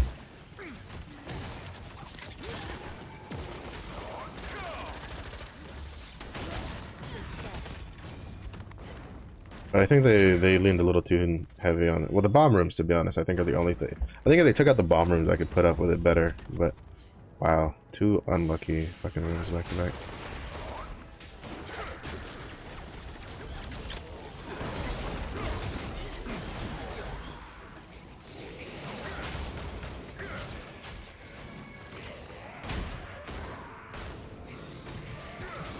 Oh my god.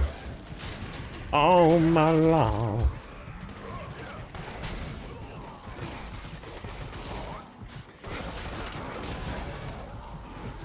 So much damage. I don't know, I feel like if they wanted to do like a more satisfying cube, like the way I would do it would be take out the like the bomb rooms and then make it so every room gives you a positive and like negative modifier. Because to be honest, like that run, we got a lot of rooms that just had negative modifiers. Like take 100% more physical and magic damage. Take ticking, like, you know, burning damage that you can't really do anything about. Like stuff like that. I don't find that very fun content personally. Like you have I have a hard time doing it past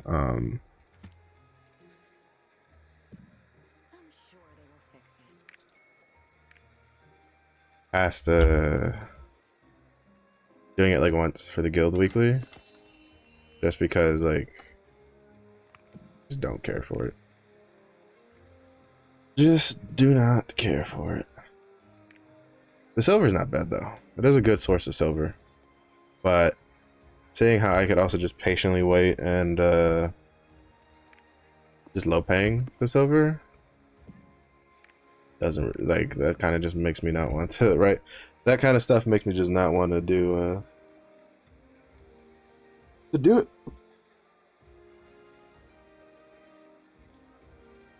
Not to mention, if it's like a good like source of like straight silver, it's like, you know, I'd rather just save it for when I need it. But for the most part, I'll do boss rush tickets.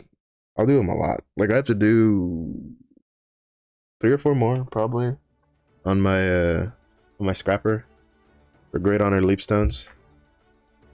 Because I need to get 2 more pieces of gear from 14 to 15. I've been working on the shoulder pieces a couple times already, so hopefully that one will succeed soon. But I need more Great Honor Leapstones. I had a lot saved up because I did a lot of boss rush like before, and I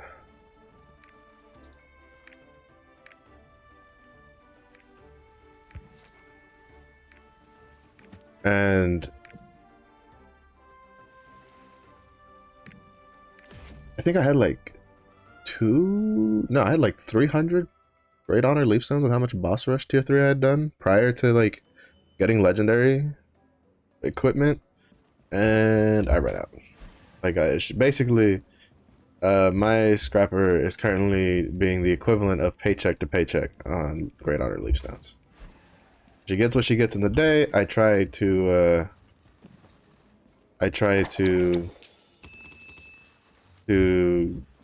hat with whatever I get, and then when I'm done, I call it good and I move on with life. But there's just not much else to do. Not much else to do.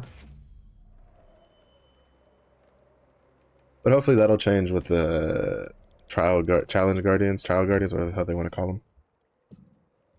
Even though those guys are not gonna be easy. Especially like with Akates, because like I don't know if you'd be able to convince me to do like the Akates challenge guardian, in all honesty. Because like he's gonna have the random statue mechanic again. And I guess if you could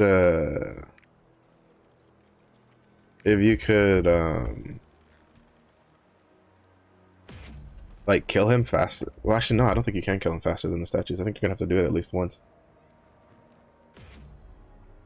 because you're equalizing that content, right? So like it's kind of like the Guardian raid event, except harder because you're fighting one souped up Guardian instead of three kind of like, you know, two normal Guardians and one Guardian that's kind of just there to buff you kind of deal. So I'm not 100% sure how that's going to go. But luckily I have like 3 people I can do it with, so I can just party find the last guy and then just carry on my way. On my way. But yeah, so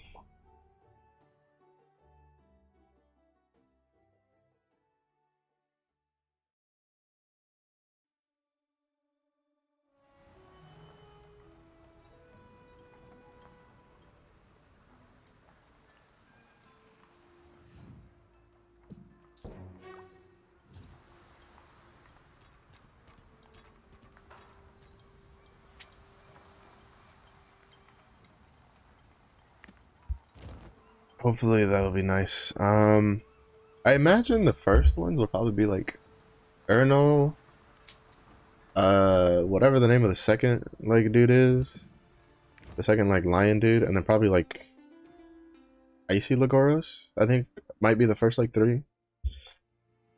Because the way it works is for the trial guardians, it's it's once a week per roster, and then you have 3 that you can do every week. That one that on reset, one will roll out basically. So you have 3. So basically, you think of it like a list, right? So like let's pretend these are.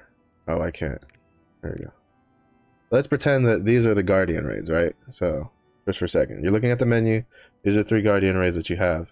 When it resets, the topmost one, I'm saying how it goes, that one leaves, and then they add a new one at the bottom. And so, like, every week, you'll always be, you know, you'll have done the 2 of them throughout the week prior. And so it just keeps going like that. You'll have 3 a week, and the top one goes up, and then the next one gets slotted in. So that's kind of just how that goes. So that'll be nice to have. That's apparently a very, very, very good source of materials for your main, because again, that's kind of like who you use it on. So, oh, we're almost done with Sasha though. Well, quote unquote, almost done. We have to get through friendly level 2 and then friendly level 3. Compared to having to start from the beginning, we're almost done.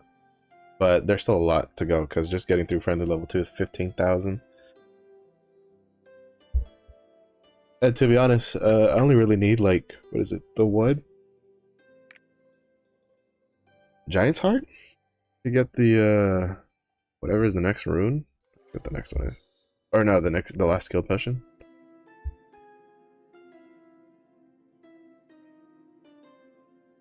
After that, it'll just be, just for completionism.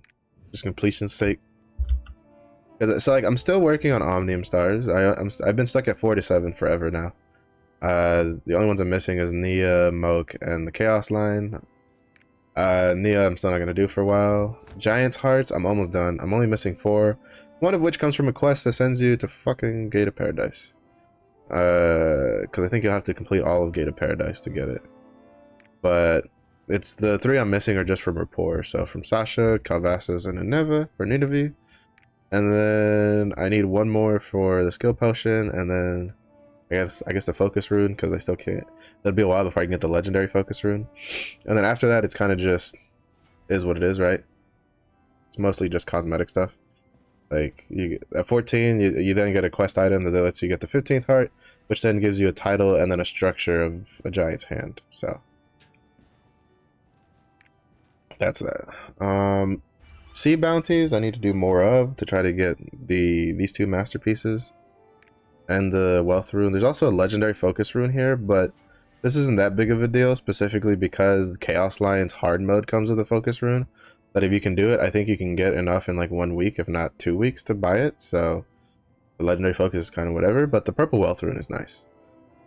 So I think I need to be a little bit more proactive on my sea bounties, even though there's not much I can do because a lot of them are RNG from Adventure Islands, and then some of them are from your stronghold vendors, which they're not very cheap, seal wise.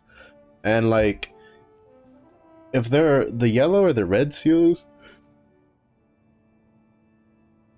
I think you're safe to buy whatever you want. But if they're the green seal ones, I wouldn't suggest buying it yet because you need 54,000 green seals to get to buy the legendary Judgment Conviction runes from the Stronghold Merchant, so, which is the one from South Vern.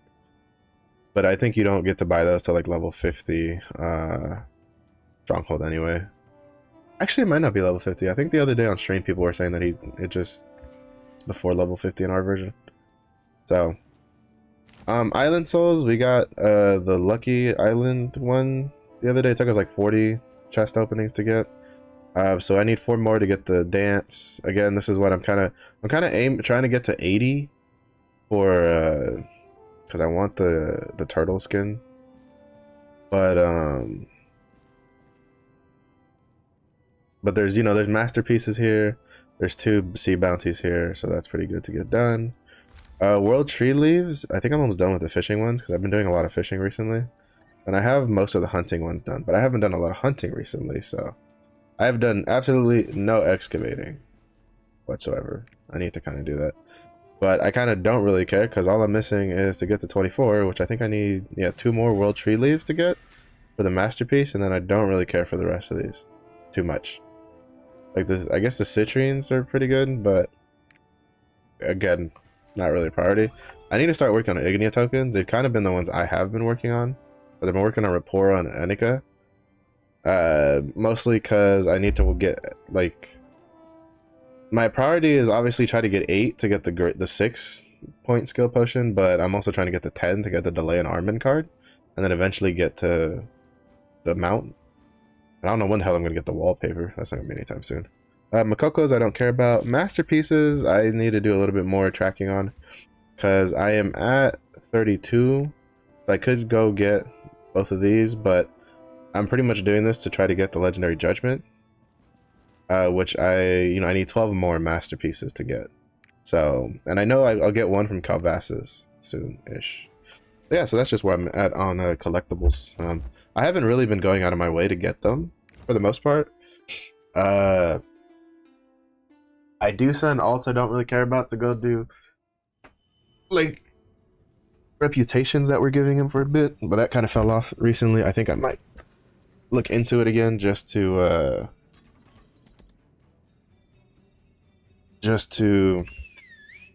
kind of see and kind of just because, like, for instance, a berserker can do one if there's one in Southwark, which there might be. 2 days and 6 hours. All right, so that means we should be able to get guild shop level 3 before reset, so that way I can at least buy those shop things. I think I'm the only one who's done a cube today. Conquer boss rush, we're almost done with that, and then fishing. I'm probably gonna be the one that kind of gets that one done again because I do a lot of fishing. I do a lot of the fishing. Am I in chaos? Nope. Yeah, he's kind of on a rested thing, so like, even though I guess I should be doing him every day to get every little leapstone I can get, I'm not too concerned about it. I can just get him to do his rested. I make him do his chaos dungeon. That way he's generating silver. He's basically ready to get pushed to tier 3 whenever I don't really need him. Which, if I don't really need him, that's going to come down to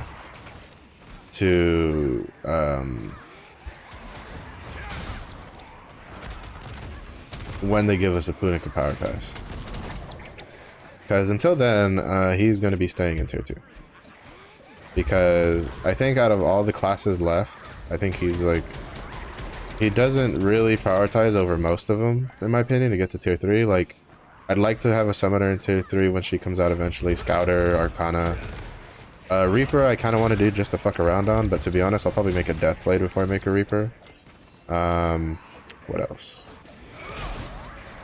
Painter I have a passing interest on, but I'm not like super interested because I just don't play supports all that much. And I don't care about the Aya in this because I'll just stick her in an animal costume. I'll stick her in an angry chicken costume and then just call it good. Or I'll pull inspiration from our Lord and Savior James from St. Tone's group, where he puts in a cow. But no, I think I'll do the angry chicken because I like the angry chicken. But I do plan on trying out Aeromancer when that comes out. And then there's also all like the future gender unlocks and stuff like that. Like, I'll play female destroyer, I'll play female berserker, I'll play, male scrapper, I'll play all that stuff. Male soul fist, male glaver, play like female sharpshooter probably, that kind of stuff. But that's like way down the line stuff. And then whatever like other classes that come out for the specialist, and then their gender unlocks.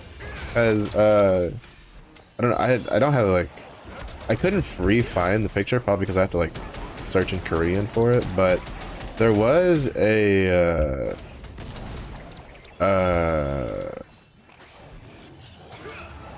when they showed the teaser for oops, sweet golden, for artists, they showed like basically they showed a teaser of both the male and the female version of it at the same time. So I'm assuming we'll probably get artist gender unlocks sooner than later compared to the other classes, kind of thing. But don't quote me on that because we haven't even, like, again, they're just that archetype is just getting its second class like this year, so I don't think they'll be giving a gender unlock to it anytime soon. Because I mean, for instance, assassins don't have a gender unlock yet. Neither do mages. And but warriors are finally getting their first gender unlock now in this, either by the end of this year or beginning of next year, in female berserker, which I am really curious how that plays.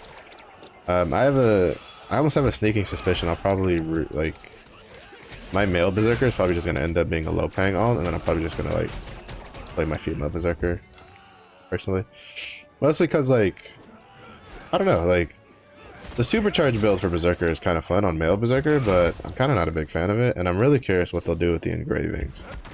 Because for the most part, they don't really tend to copy the engravings one-to-one. If they do anything, like even if they do kind of keep things similar, actually I take it back. There's one. Never mind. Actually, we just don't know.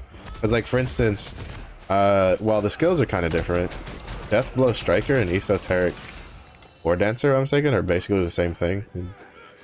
You know, you get the bubble, and then with the bubble you spend it all on your spenders, your esoteric abilities, and deal the big damage. But then you have Esoteric Flurry on Striker, which makes it so all of your ESO skills only consume one orb, while on War Dancer you have First Intention, which is you don't, like, you can't even use your orbs, and it's all just using your generator skills for damage, kind of thing. And then, but then you have Gunslinger and Deadeye, who, Gunslinger, like, Deadeye has Pistolier, where he can only use pistol stance, while Gunslinger has Time to Hunt, which is, whatchamacallit, you can use your pistol and your sniper stance. And then Deadeye has Enhanced Weapon, which is every time you swap weapon or you swap stances, you get a crit rate buff. While Gunslinger has Peacekeeper, which is every time you, like, every weapon has its own buff that it gets depending on what you swap to. So, and then you end up, so in that way the playstyle is very different in the fact that, again, you know, if you play Deadeye, you have a choice between like Pistolier, where you only stay in that one in pistol stance the whole time, or Enhanced Weapon, in which in the end you only end up using really shotgun and pistols once it gets up and running with all the runes and stuff. While Gunslinger, you have pistol and sniper, or you have pistol, sniper, shotgun, because as a Gunslinger you end up using all of the stances. So there is similar, I mean, what we do know for sure is that the identity will be the same, right? So the female berserker will have whatchamacallit, she'll have the fury bar and then the berserk mode, and then she'll have 2 new awakenings, because that's always been the same, right? They keep the same identity, and then they'll have 2 different awakenings. And then I think what I'm taking the other standard is that so far with the gender unlocks, it's been like there's like a difference of, I think it's like 6 skills or something. Like what I understand, it's like they choose the quote unquote like 6 abilities that are iconic to that gender, and then they'll leave it to that gender, and they'll give the gender unlock 6 new abilities for themselves. So, because like for instance, an example is Roar of Courage and the Energy Combustion are 2 abilities that the War Dancer has that the Striker does not have. So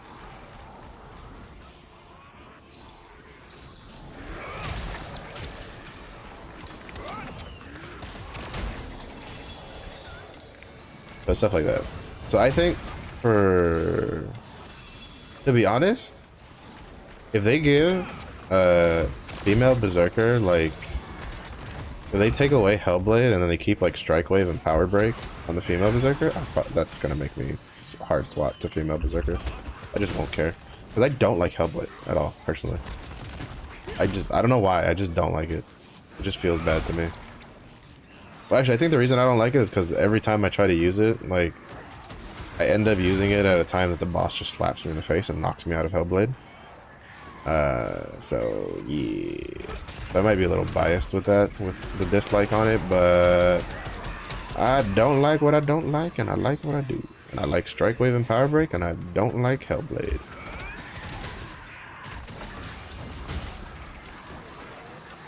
But yeah, we'll see. I am really curious on how it'll like play though.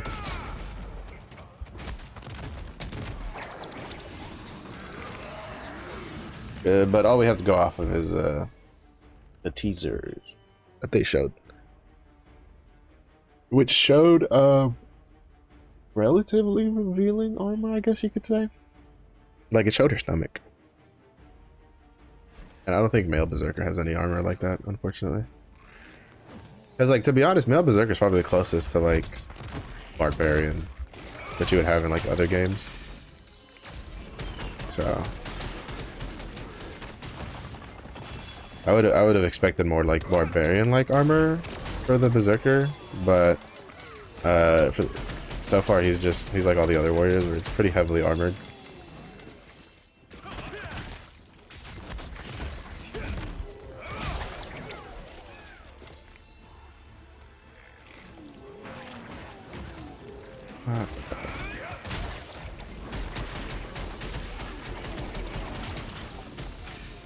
Da-dee-da.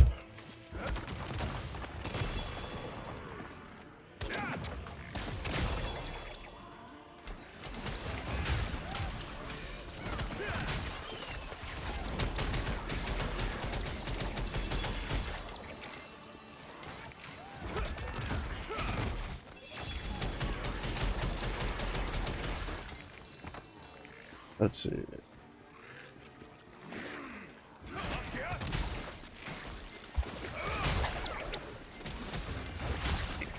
I wonder what male like for me, to be honest, my biggest thing right now for like my I wonders is like I wonder how the gender unlocks are gonna work.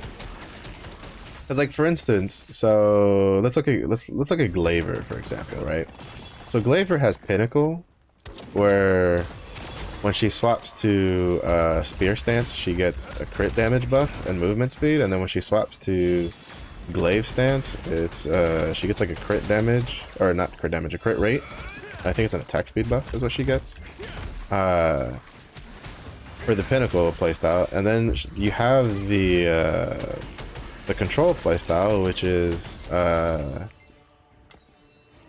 which is you only have a Glaive Stance, right? You don't have the buffs, you're not flopping back and forth, that kind of thing. So if we look at the way they've handled it so far, what's probably going to happen for male Glaver is,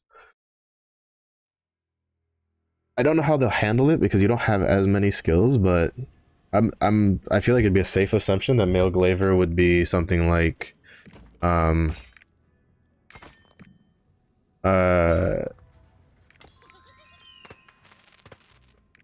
Instead of their control stance would just be them in spear stance the whole time, and then probably like reduce the cooldown on the spear abilities or something like that.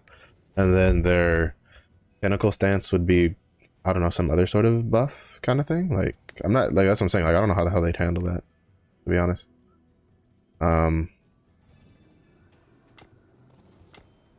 It's pretty weird. And then you have like Scrapper, right? Like, how are they gonna do Scrapper? Because Scrapper has Taijutsu, which leans towards stamina and buffs their stamina abilities. And then they have Shock Training, which leans towards shock and just buffs the shit out of their shock abilities. I don't know how you would like make engravings that work off of that for male Scrapper, that, you know, without just straight copying it over. Assuming that Scrapper stays the same, because as we know, with the patching, with the class balance patch, the class balance patch is the first wave. They had stated this whole year they plan on taking this year to kind of do balance and like overhauls to classes as they go, and they've talked about how they plan on changing, like potentially changing some identity skills, some identity gauges on how they work, some class engravings and stuff like that. There's been rumors that Scrapper is one of the classes they're looking at because they consider her kind of boring to play. I kind of don't really think she's too boring to play personally. But, you know, I'm still a little concerned about what they'll do to her because I like the way she plays. I hope whatever change they do, I'll just continue liking the way she plays. We'll have to see. I think Destroyer is another one that's kind of like probably going to get like a class engraving overhaul. I think Gravity Training, since they literally didn't do anything for it. Yo, 1,000 gold. Well, 980 because of the tax. I think the Gravity Training engraving is probably due for some sort of like rework. Although I want to see if there's any masterpieces on the that I'm like reputation rewards I'm missing. But yeah, so I don't know, like and I even think the identity gauge for Destroyer might end up getting reworked. All right, Maranta's agent is one. But like I think they'll keep the gravity core mechanic, but they'll change the gauge, right? Because I don't think with the current state of the game, the like what I think would be a cool change for, and I mean it'd probably be slightly overpowered to be honest, would be make it so that when you pop your identity as the Destroyer, you get a big ass shield, and then every purple ability you push is just always at like 3 cores.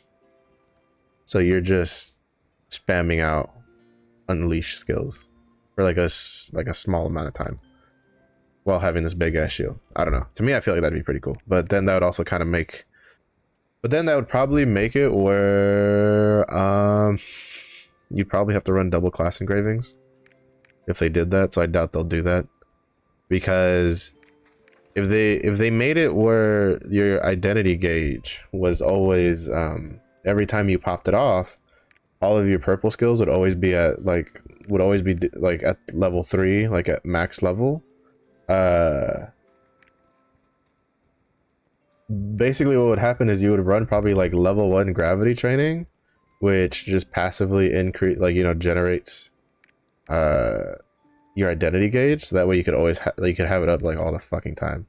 All right, here's another one, relic collector. This one's a pretty short one. This one takes like a week, and it gives silver. I could probably do that on the striker just to mix things up. So yeah, so it'd be I don't know what they'll do. We'll see. Oh, there's a masterpiece here that takes another week. Archaeologist request. I think the striker can do that one. Aspiring detective. All right, the runaway island. I need to do this to get the island soul. Actually, that's probably what I should prioritize more right now, is the island soul ones, because there's 2 right here for island souls where you don't even need to do the full thing. So this one's a week. This one's slightly less than a week. Stat increase. This goblin. That's a goblin. This is the jelly coins.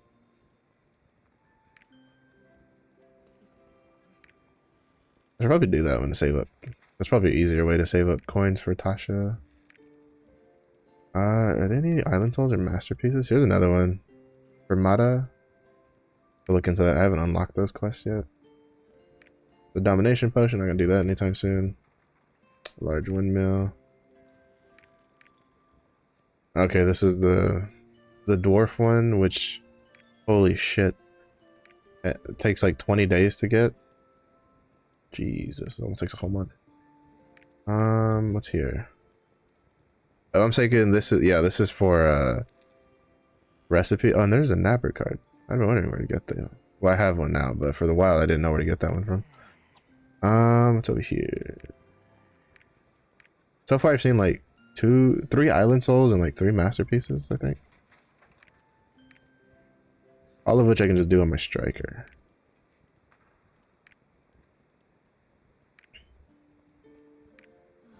It's a Shadowman one, I think. Oh shit. Alright, this is the Tuki one. Yeah. That's gold. I need to do that. Book of Survival. Geppetto. Yeah, for the most part, I don't see a whole lot of masterpieces. I think most of them come from just like... Actually, I don't know where the rest of them come from.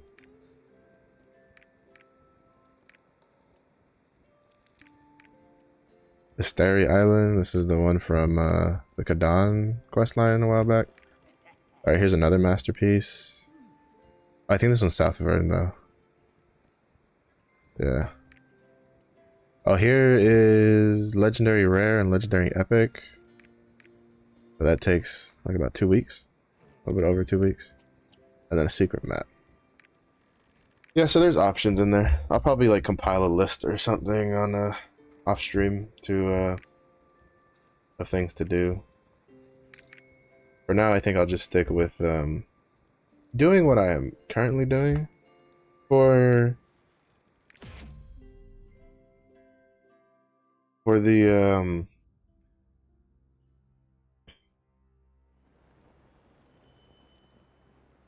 for my dailies, my window daily tasks.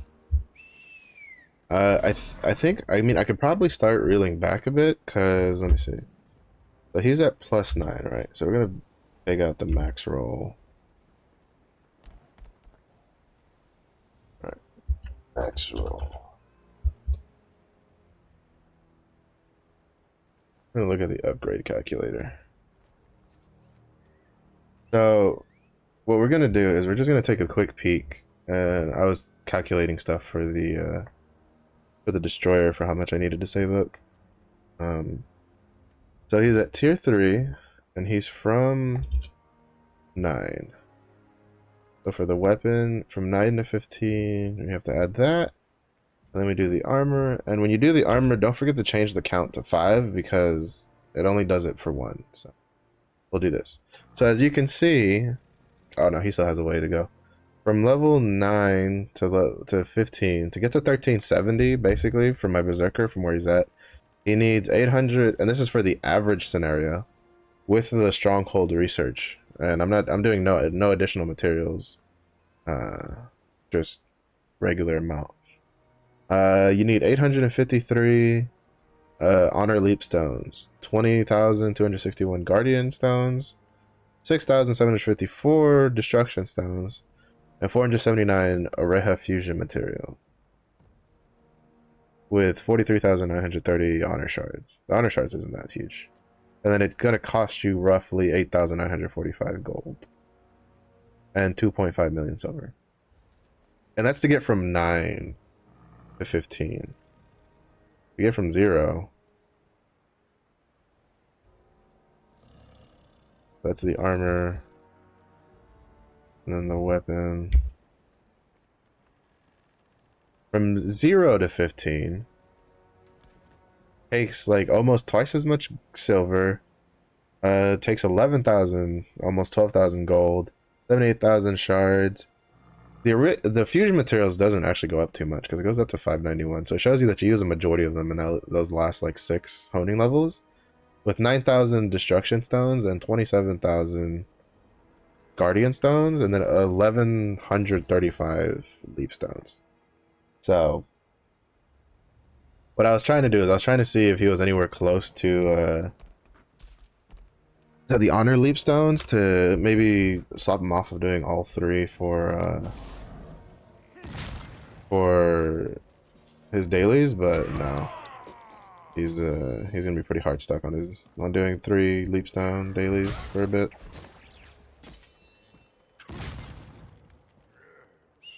Just for a bit. So, but this is one of the reasons why it's like there's no real reason to rush for alts, because you can kind of generate a lot just by passively playing them, doing their Una dailies, doing their Chaos Dungeons, doing their Arrested Guardian raids, that kind of stuff. You'll accrue a lot of leap stones that way, especially bound leap stones. So, and I just personally don't think that, like, well, because like for instance, you saw it from 9 to 15. So from 1340 to 1370, it cost, I think it was like 8,000 gold is what I was saying. That's a lot for like the average player, especially for like a newer player right now. Like that's a lot of gold. For me, that's not much, but then when you realize that you're doing that for like every character, like every alt that you have, like I have 3 alts in tier 3, so I have 2 at 1340, so that would be probably 17,000 gold right there, and then I have 1 at 1325, so that one's probably close to like 20 something thousand gold. To get to 1370, which would only let you do hard mode Oreja twice, and then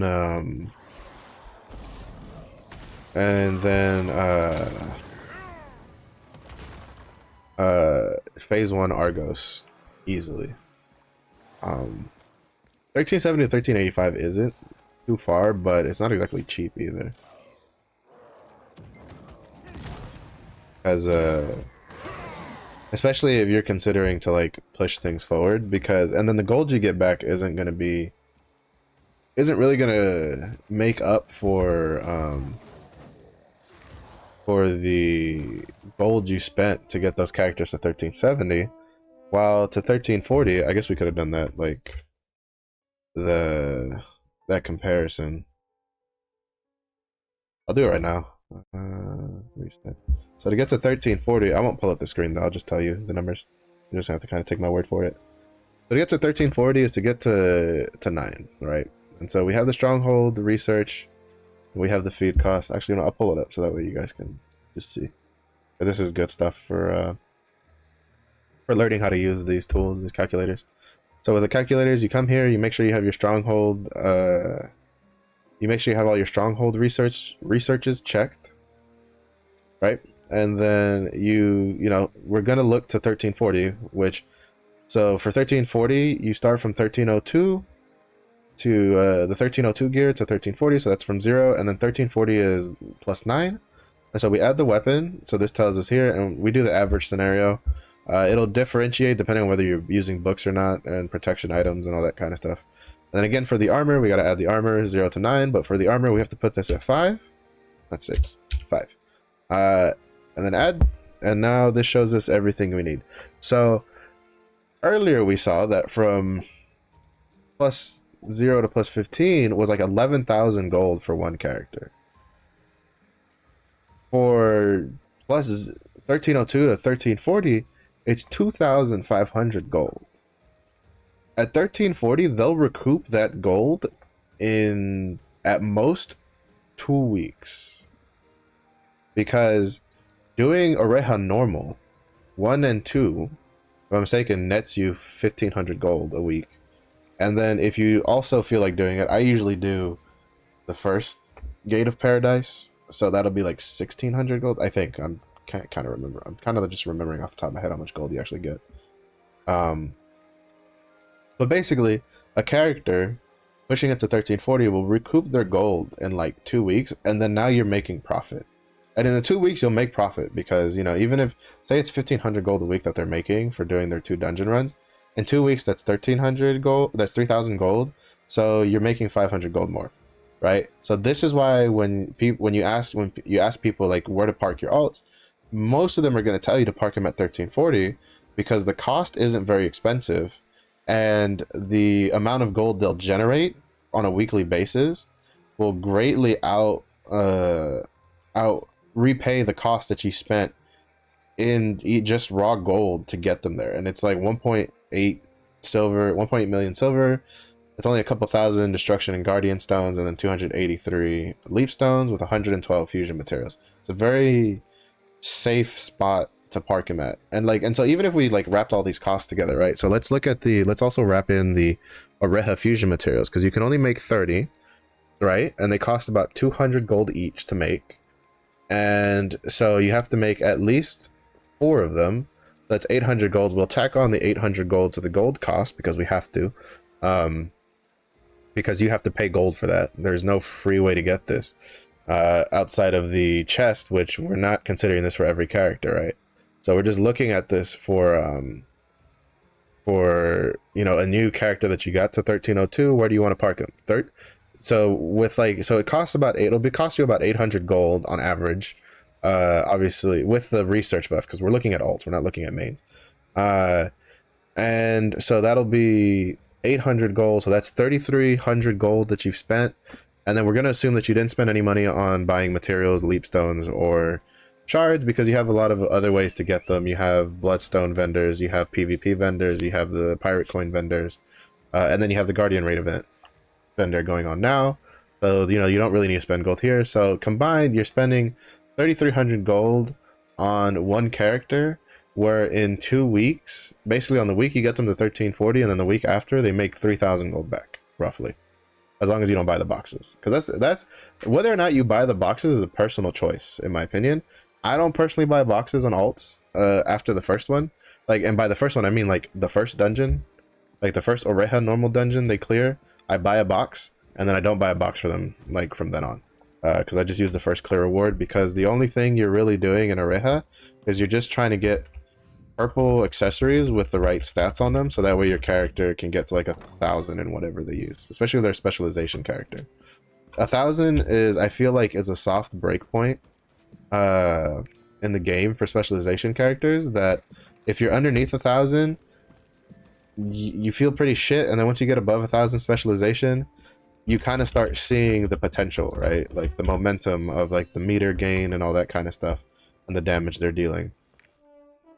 And I say this even for something like Shock Training Scrapper, which is what I play, because which doesn't have like meter gain from the specialization that much, because what it is like the only special meter gain you get from specialization and shock is when you're playing Shock Training, is you get more stamina, which is, you know, it's all right. You're not really playing it for that, you're playing it for the damage. So it's just but like, you know, getting 1000 I feel like is really important as a starting point. To be honest, like I think most specialization classes, especially stuff like Berserker's Technique, Berserker, and like Glaver, I don't think they really, like from what I've seen from videos and stuff, I think 1500 is when you start really feeling them like in motion, and you're like, all right, this is actually pretty fucking good. From what I've seen from videos, because I've seen videos of people with 1500 spec, you know, and even then, like, you know, in Korea that's not considered much, because 1800 is when most of them run over there for their main stat. But yeah, so basically on your alts, you know, I don't really think it's worth buying the boxes on alts, specifically because like you're not gonna, the box doesn't give you more scales to roll accessories for, and it only gives you a couple more accessories, and most of it is like bound mats and like a random card pack. So, and again, we're doing alts to help your account, right? So the alts main job is generate gold. If you are spending that gold on a box that you're not really going to use too much of the shit in it, especially because most of it is, you know, it's just bound mats and stuff like that. Stuff that, you know, again, we're gonna leave our alts at 1340 for a while. I don't think it's really worth buying the box personally. Like that's my personal opinion on it, which is why I don't buy the box on alts. If it's an alt in 1370, that's a bit of a different story because you might want to buy the box just to have a chance at like better accessories and stuff like that. But I personally still don't think buying the box is really all that worth it on alts, to be honest. And remember, we're talking alts. We're not talking about a future a future class that hasn't been released yet that you want to main or stuff like that. That's a different story. Obviously, if it's a class that you want to main, then 100% you should you should buy the box because that helps. You know, it gives you some extra bound materials you can play with and stuff like that. And you're just trying to get accessories for them to use to get them going. So it's probably worth doing because that box is worth the gold cost. It's just the question is that box's bound items on that one character worth more to you than the gold you're spending on that box? So it's never a, oh, is the box worth it, and as in like, you know, as a flat thing. It's, is the box worth more than the gold that I can use on another character? So if the answer is yes, the box is worth more than the gold you can use on another character, then 100% buy the box. If the answer is no, you're kind of just, you know, you have this class up to kind of just generate gold to help, you know, your main and your account and all that kind of stuff, then obviously don't buy the box. Just do the dungeon, get what you get, and then when you are, you know, and then just passively use the scales and stuff to make the items you want, like the accessories, and just hope that you get something good. And you know, maybe use that gold to instead like buy your alt a you know, like an ability stone or something they can use. Like, you can probably find a decent price like ability stone that would be cheaper than just buying the box and hoping that whatever comes out of it is good, right? So, well, relatively, because you're still paying payons. But yeah, so that's kind of my take on alts and like what to do with them, because that's what I do. My alts are parked at 1340.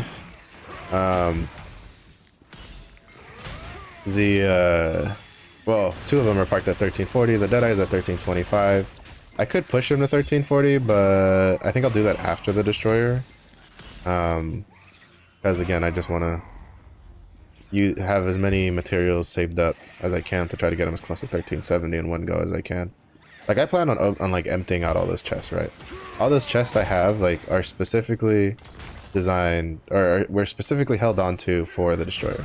So I'm gonna open pretty much as many as I need to try to get, and you know, if we get to 1370 with surplus, sweet. If we don't, then it is what it is, and we'll just work from where all those chests leave us off. The only one that I probably won't use until like he is in legendary gear is probably the one that gives great honor leap stones, because that's basically I'd say it's roughly a week's worth of great honors like in that one box. So in my opinion, that's huge. So I probably won't use that one for leap stones. If anything, I'll just buy regular leap stones off the market if I have to. Hopefully it won't come to that. But yeah, that's kind of my plan on it. I mean, even then, arguably, a lot of people I've seen have said that pushing your current main past 1385 isn't worth it if you plan on replacing it with something. Which is, you know, debatable, I guess. I mean, technically, if you're a good player, you can comfortably do Argos Phase 3 at 1385. It is possible. Me personally, I'm just like, you know what, it says it's recommended 1400, so I'm just gonna wait till 1400 until everybody in my group is at 1400, and then we'll just go do Argos Phase 3. So it's just kind of like, it just is what it is to me. But I do think that maybe having one character at 1400 is probably worth, because you get the 1400 you'll get the 1400 chaos dungeon, which should generate, which I mean, it probably doesn't generate that much more mats than the 1385 one, but I mean, it has to be some amount of more mats, right? So And then it's probably has a higher chance at like, you know, legendary armors and stuff like that to kind of sell on the auction house for the tripod levels and all that kind of jazz. As like for the most part, you can, depending on what class you play, you can generally sell tripod armors like relatively consistently from anywhere for like 100 gold to like 50 gold if you have like something decent, like a +2 or +5s. Or you can sell them for a shit ton of money if you get something like really good, like, you know, 2 +3s that you know are like for main DPS stats or something like that, or like for main tripods that are really important to that build, kind of thing. Like you can make a decent chunk of gold from tripod armors. To be honest, I think like if I look back, most of the gold I've made has probably been from tripod armors a little bit. Like it'll probably be like half tripod or 35% tripod armor, 35% 35% oh shit, gold and a boss rush ticket. Fuck yeah. 35% from tripod armors, 35% from accessories, and then the other 30% is probably like 15% from engraving books and then 15% from ability stones. Or no, it'd probably be like split 3-way, or like it'd probably be like 35% is split between ability stones and engraving books, and then the other, no, actually less than that, 20% is definitely ability stones, and then whatchamacallit, 20% would be ability stones, and then like 8% from engraving books, because it's only been somewhat recently that I've gotten some that were worth selling, like across all levels. And then the remaining like 2% is from materials I sell, like protection stuff from my map runs, or just excess materials I don't need. Because I guess that's kind of, I forgot to talk about that, right? Where the gold you can make on alts, right? So in general, there's the obvious gold that everybody talks about, right? Which is, hey, you get Oreja normal mode gold, right? It's a lot of gold there. That's a good amount of gold for that you can get in a week. You know, for an alt for relatively low cost. But the other gold that, you know, we don't talk about is materials. Materials you can sell. So the materials you can sell is, you can look at like what you need. So let's say, right? So let's say for example you have your main now, right? Let's say you main, I don't know, let's say you main a war dancer. Let's say that's what you wanted to main. So, you know, it's been out from launch. You're kind of interested in other classes, but none of them, you know, you want to like swap mains to. Like a war dancer is what you want to play. That's like, and that's great. That's fantastic. To be honest, I'm kind of jealous of people whose mains were in at launch, or at least the classes they want to main was in at launch. But so what you're doing, right, is let's say you go the efficiency route that we talked earlier, right? So with the efficiency route, you have your weapon at +11, because that's a general rule of thumb. You just put your weapon at +11 and you ignore that thing exists for the rest of the fucking day until you get like later higher, where you have to push it higher anyway. But what you do is, let's say you have 3 characters at tier 3, right? Let's say you use the Guardian Raid event, the Arc Pass, all that stuff. You have 3 characters at tier 3. With 3 characters at tier 3, you know what? We're gonna notepad this, because I feel like this deserves a notepad.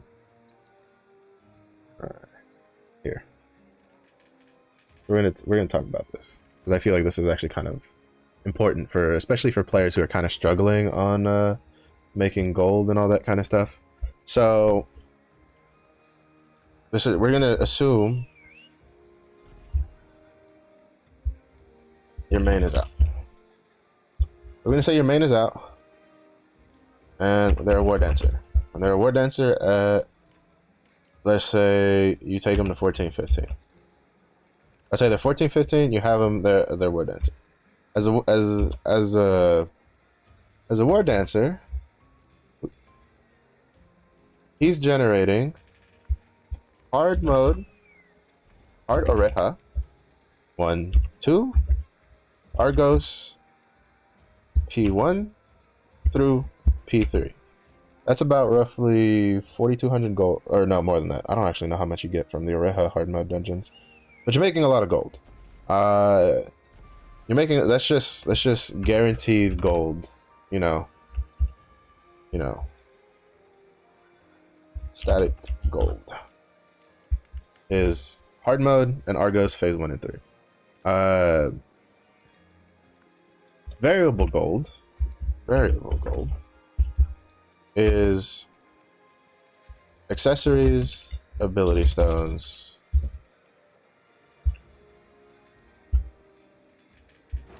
or I'll just do stones, engraving or books, and tripods.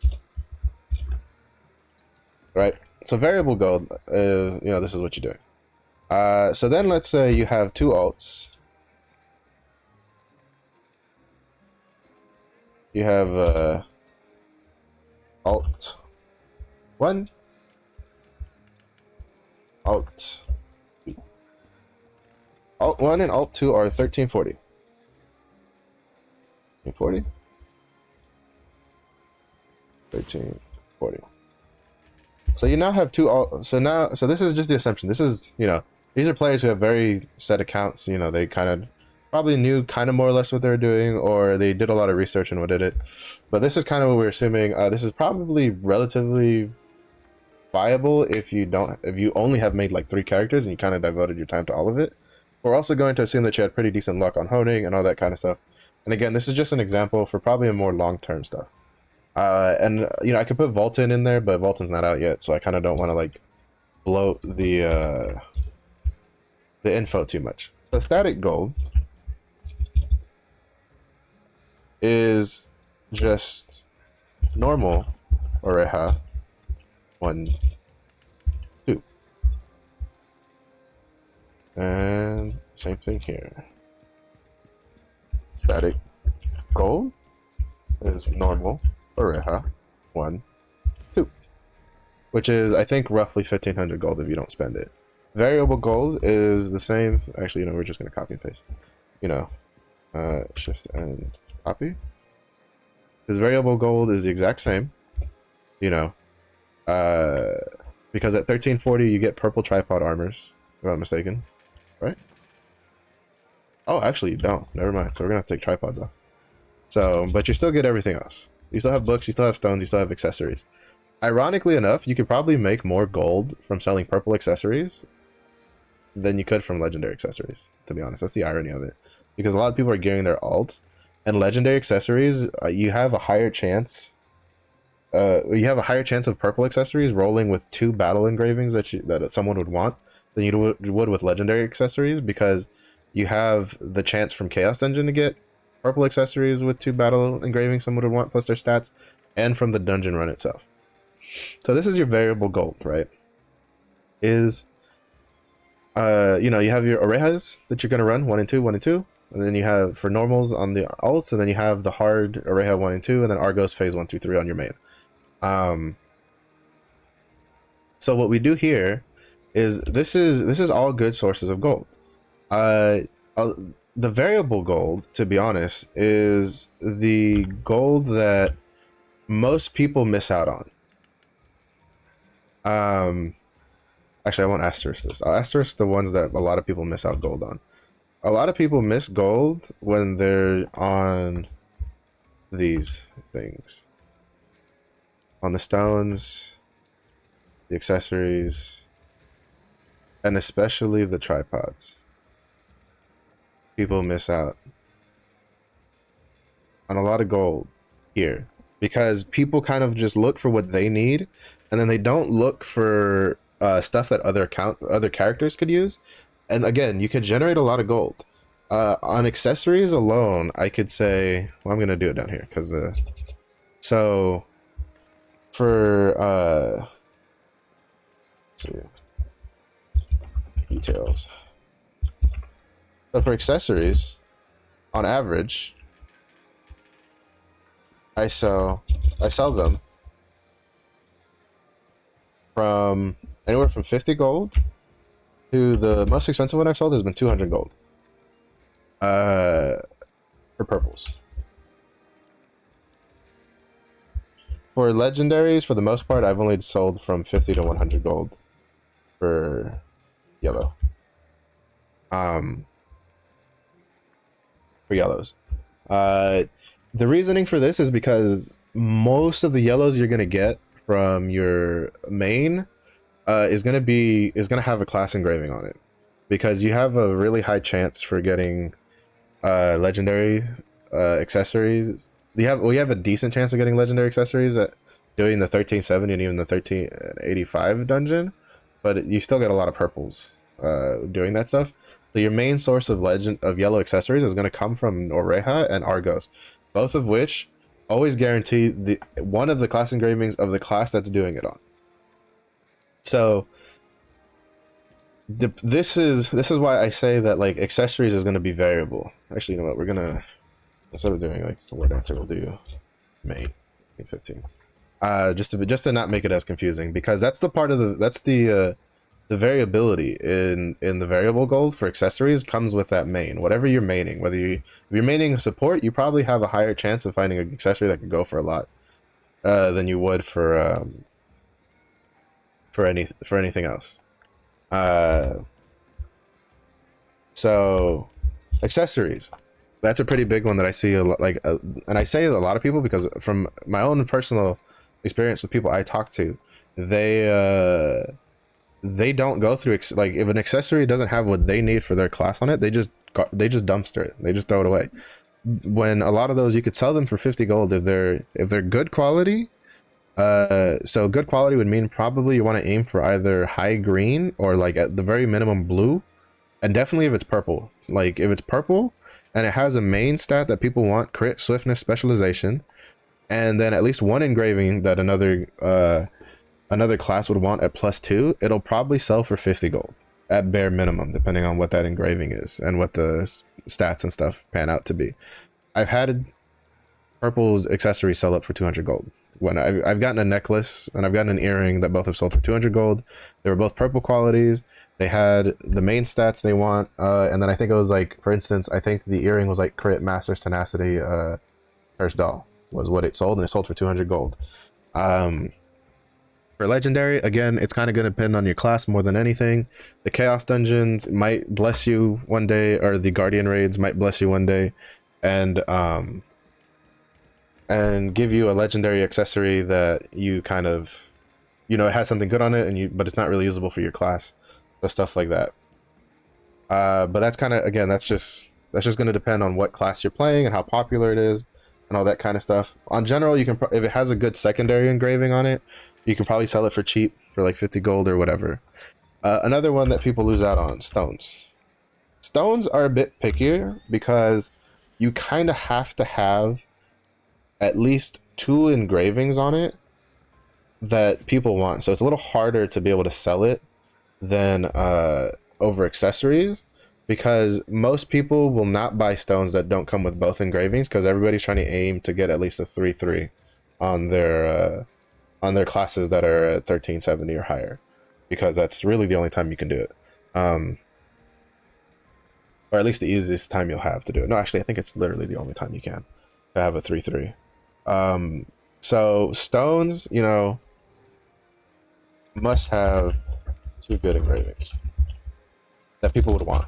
So, but on average, I have sold stones for anywhere from 200 to 1900 gold for purple and yellow. Purple, yellow. Purple. We gotta capitalize it just to get attention. And yellow. So, and that goes for both, because you can definitely charge a bit more. Like the 1900 gold was for a yellow like support stone. It had like, I think it had like awakening heavy armor on it and stuff like that. So you can definitely get some good ones there. For the purples, for the most part, I've sold the purple ability stone for about the same price, but it was a DPS one, so you can kind of get there pretty good. But again, it's a bit stickier than the accessories, because if they don't have 2 good engravings, they're gonna be nobody's really gonna buy it. Like someone might buy it, but it'll be really cheap and it probably won't be worth it. And you're probably better off just dismantling it and then taking the powder and trying to re-roll your own stone off of it. And then tripod armors. Tripods. That's another big one that I see a lot of people kind of like miss out on. Plus twos on average. On average, I sell the +2 anywhere from about 50 to about 150 gold. Because this will kind of depend on what it is, how important it is to that class that you're playing. For either build, because that's another thing you have to keep in mind. You kind of have to, for this, because this is another thing that people only keep track. They're like, if it doesn't show up with the little, like the symbol on the side, it's garbage to me. You can only do, I guess I should put like a little caveat. I'll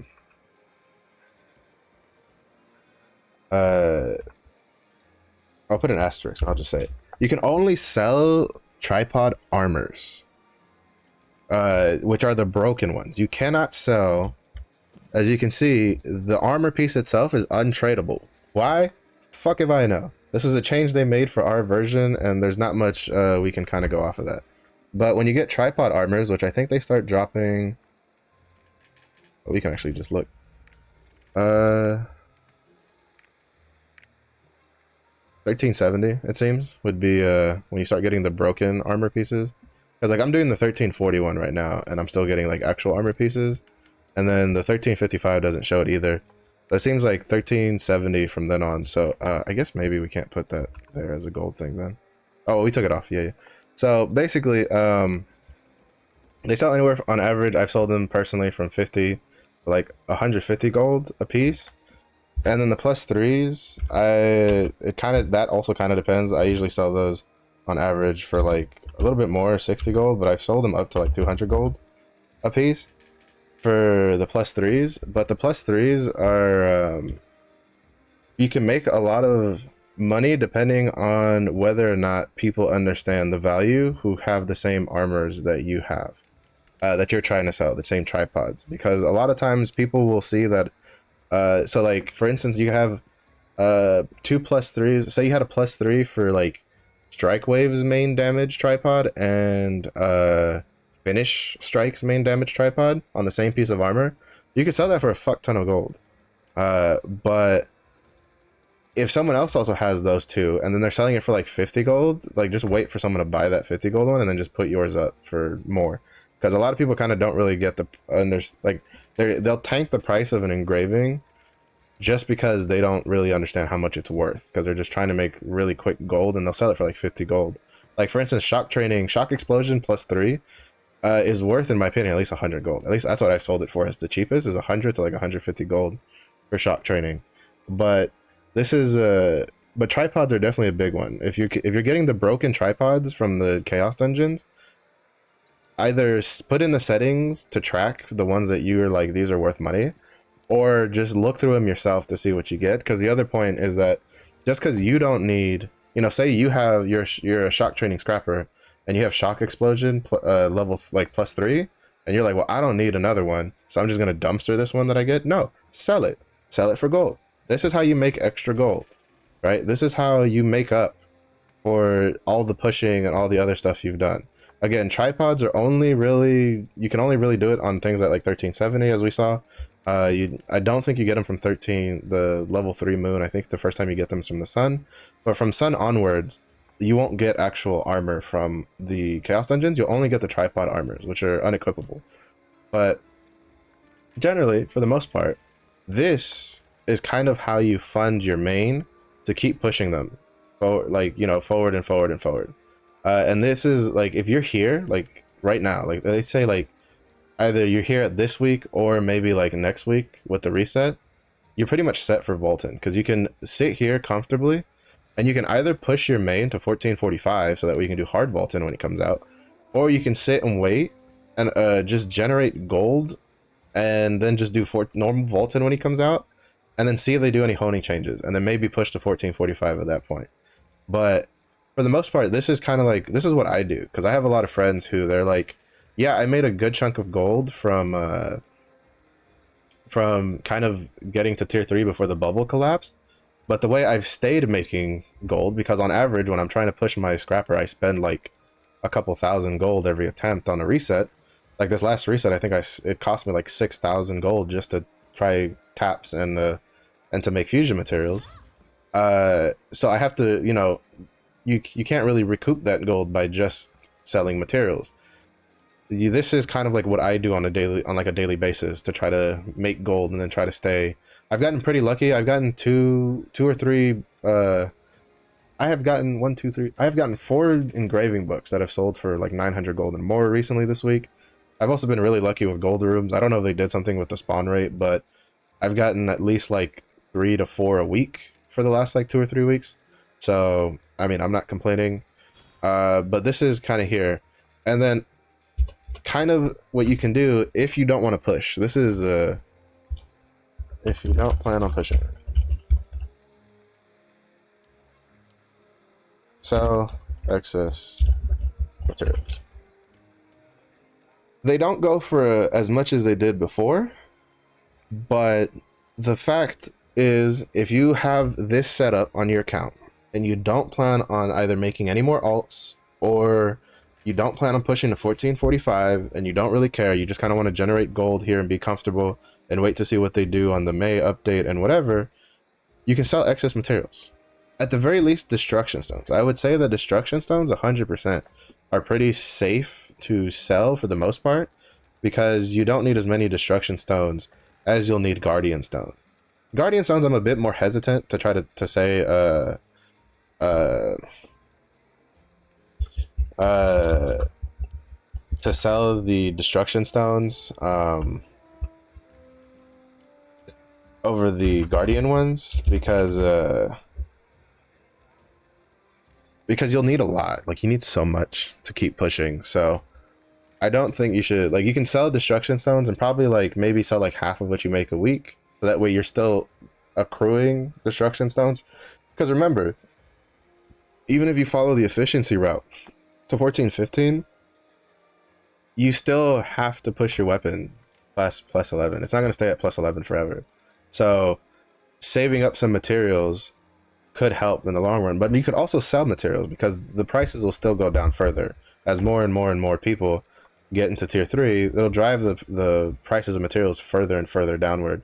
I think in Korea right now, for a stack of 10, it's like for each like 10 stack, I think it's like single digits gold at the moment. So, you know, it's still gonna make money, right? Because if you sell like 2,000 destruction stones for like 1 gold, that's 2,000 gold. That's 2,000 gold more than you had, right? But it's still kind of I'll put an asterisk, because that's kind of more up to personal preference. I recently just sold like 3,000 destruction stones because I was like, I have my weapon level plus 11, but I still have a decent stockpile saved up, because again, if your main is not out and you're waiting for a future character, I don't suggest doing this. I don't suggest doing this at all.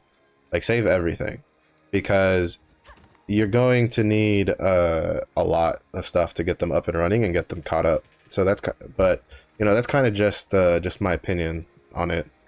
I am by no means like a certified like expert on making gold in games. To be honest, I'm pretty bad for the most part at making golds in game. But this is kind of like what I've done personally to stay up into the positive margins on my gold and stay above like so, you know, stay in the 50, the 40, 50, 60,000s, because like before, if you watch some of my older VODs, you'll notice that I was at like 50,000, and then on a reset I dipped all the way down to like almost 40,000, because I spent like 10,000 gold to try to like push my scrapper to where she needs to be, or where she's at right now.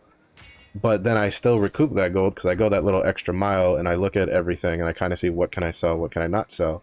And that's kind of how you, that's kind of like the real way you kind of stay a little bit ahead. Because if you just do the flat guaranteed static gold, eventually that's not going to keep you afloat for very long, specifically because the honing costs are going to keep getting higher and higher. And like, if you don't care, you know, that is one thing. Like, it's perfectly fine, like, to take it at your own pace. Like, because because that's kind of something that I feel like people kind of need to get over. A lot of people have like this weird FOMO of missing out on, like, for instance, Argos. A lot of people freaked out like, oh, we're gonna, you know, Argos came out too soon, we're gonna miss out on Argos, blah blah blah. Argos is gonna be here for a long fucking time. We don't lose, if I'm mistaken, Korea didn't lose Argos as a gold source until 1490, which is Belshazzar, which was the last which is the current Legion raid commander, like the latest one they added to Korea. So, you know, we're still a ways off from that. I still don't think we'll get Belshazzar before like winter time, personally. Just because as a, oh shit, nice. Just because as a player base, we still need time to build our characters, to kind of get used to mechanics, all that kind of stuff. And there's a lot of mechanics that right now people ignore, that if you ignore them in Belshazzar, it'll kill everybody. So I don't know, you know, I don't think we'll be getting Belshazzar anytime like super soon. But Argos will be there for a while. There's no fear of missing out, because Argos, because the other point is that like you don't lose Argos just because your main is at 1490, because now all your alts are still doing Argos, because your alts aren't going to be at 1490. That's where your main's at. Like, there's just no way. So there is no fear of missing out raid wise in this game. Like, the Legion commander raids are going to be our end game, and they're going to be generating gold for us for a long time. Like, if you want to know how long they'll be generating gold, apparently, from what I understand, the newest abyssal dungeon that got released with the new continent in Korea does not give gold at all whatsoever. Like, all the gold still just comes from Legion raid commanders, which, by the way, they're supposed to get 2 new Legion raid commander fights this year. I think the next one's a Khan, which is the necromancer dude with a scythe. If you've done South Vern, you've met him, you've seen him. He fights Nineveh. And then there's Thamine, who is the big baddie with the sword, who shows up in Phaeton, and kind of almost makes everybody shits themselves. But yeah, so, you know, that's going to be content for a while. You shouldn't have a fear of missing out for something that you're going to be doing a lot of for the entire, like, it's going to get to the point, like, I can already see it now, that people are going to complain that there's too, like, you know, the complaint's going to go from, oh, I don't have enough stuff to do in Lost Ark. Like, Lost Ark's a dead game because there's nothing to do in Lost Ark, to, holy shit, I have way too much shit to do in this game. Like, what are they doing? That kind of thing. Like, I can see it. It's going to happen. It'll happen. Like, because people just don't understand the way this game works. And I'm not saying I'm an expert on it either. I'm just saying that if you're used to Western MMOs where new content immediately invalidates old content, like, I'm telling you, that's not how this game works. The way this game works is old content, new content, like, is further, basically almost further empowers old content, because with new content you get stronger, which then makes you able to do the old content faster, which then means you can get the gold faster, and it takes you less time to do it. So, you know, if anything, it's a bonus. So it's just like, I don't know, that's kind of just the way I look at it. It's a little less stressful if you look at it that way. That's why I plan on getting to 1400 and then stopping at 1400, and then maybe worry about getting to 1500 after Vulcan actually releases, because I already have a couple friends being like, yo, with the way my hones are going, there's no way I'm getting to 14, 15 in like 3 weeks. And I'm kind of in the same boat. I'm like, yeah, that's yeah, my hones haven't been too promising either, personally, so. But yeah, like, I think, like, you should just take shit at your own pace, like, you know. And if your own pace is bleeding edge, you know, pedal to the metal, you know, burn the tires off the wheel kind of thing, then that's cool. But if it's not, don't try to do that kind of stuff, right? Like, because that's the trap I see a lot of people fall in, especially for MMOs, is they kind of fall into someone else's tempo and then they get burnt out, and that's terrible. That's the worst thing to do.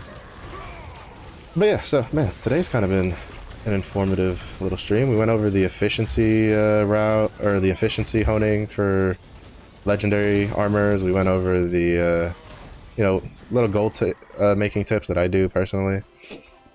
So a little bit more informative than what I was planning, but I think all in all some pretty good information that'll help people in there. Because then there's also all the extra stuff, right? Like you can do PvP. Like PvP is fantastic for oh shit, I missed that. For getting ults up and running, right? Because you can PvP on like the class doesn't even need to be level 50. You can PvP at level 28. So say, you know, you have, I don't know, maybe like PvPing on like a Deathblade or some shit, but you don't have your Deathblade like leveled up. Well, that's fine. You just level up, you just play on your Deathblade and PvP on them, and then they get the currency. And then when you need to use the currency, you just use it on your ult, because that currency is roster bound. So it's like there's no real, you know, there's lots of things you can do in this game that kind of just can help your account without necessarily being without just being like, hey, I gotta do like just vault in and stuff like that. So it's kind of just food for thought. Oh shit, I forgot that his beams have a knockdown. It's just kind of like a food for thought kind of thing that you can kind of like do what you will with that information. So, oh shit, I did that too early.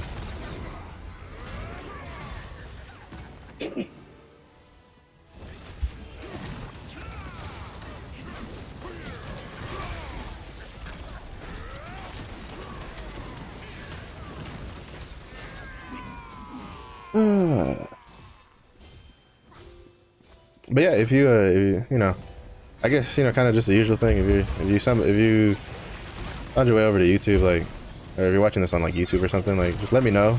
Like, what do you think about the, like, what golds are you? Maybe you have some gold tips that I didn't go over, you know, that kind of stuff, because that also happens. There's definitely probably other ways to make gold in this game that I'm not too aware of. I mean, you could sell boosts if you want. They have officially stated that boosting for gold in game without any real money, like, transactions is perfectly viable, like, in game. It's a perfectly acceptable thing to do. So, you know, if that's what you like to do, like, you like to boost people through, like, or bust people, as it would be in Lost Ark, that's usually what they say. You can do that. You know, you can get good at maybe, especially for like future stuff like vaulted and stuff like that. Like you can learn how to like try to solo that, and then just bust people through that kind of fucking Zyka, dude. I'm telling you, Zyka's a fucking, like, he's one of the most annoying guys to fight in here, because he has so much like AoE and he's so fast. But he a dead man. But yeah, so it's not bad. It's not bad. I still think that I still think it's pretty good. I mean, there's a lot to do, right? There's a lot that you can do at like your own pace, kind of thing. All right, I still got the thing off though. That you can use to secure your account. Ooh, hello, darkness, my old friend. Oh, you gotta be careful of that, so I don't get like, Mari, please. Mari, please. Mari, please. I thought we were friends. I say this as someone who hasn't done your report at all. And as someone who hasn't done your report and killed all of your friends before.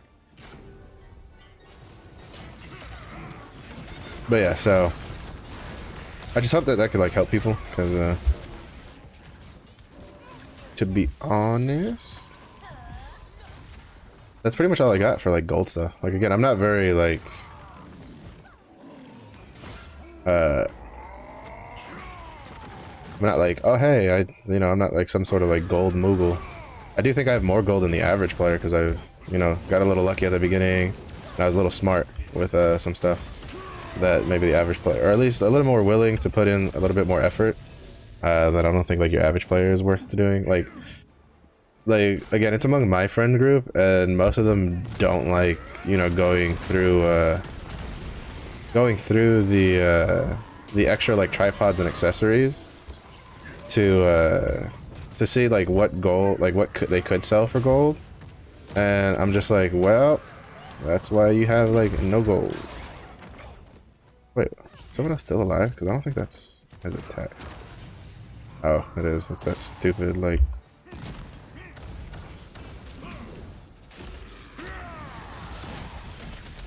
The stupid, like, clown guy. Hey, clown guy. Thanks for dying. But yeah, so... That's kind of just a little tip for stuff. If the, you know, if you've been kind of like going like, what can we do for gold, like recently, if you've been trying to like push characters and all that kind of jazz. Nice. Yeah, that's so much smoother and less annoying when you do it as a group.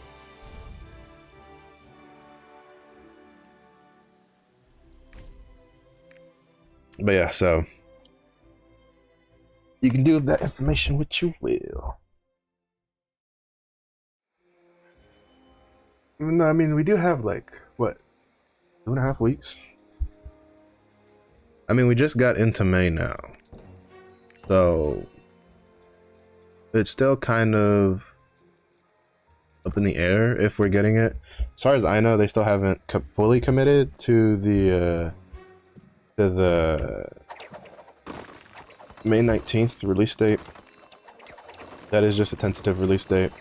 It'd be nice if we could get like a straight confirmation sooner rather than later. But I feel like we probably won't get. I think we might get it like 2 weeks ahead of time. Maybe. Oh wait, no, he's keeping his gems for himself. Forgot about that. 2 weeks ahead of time. At the most. If not, I'm fully expecting to have to wait till the week before they tell us whether or not we're gonna go. It'll probably be pretty easy to tell, depending on whether the last day they decide to extend the Guardian Raid event. Because generally it seems if they extend something, it's a pretty good indication that the patch isn't coming.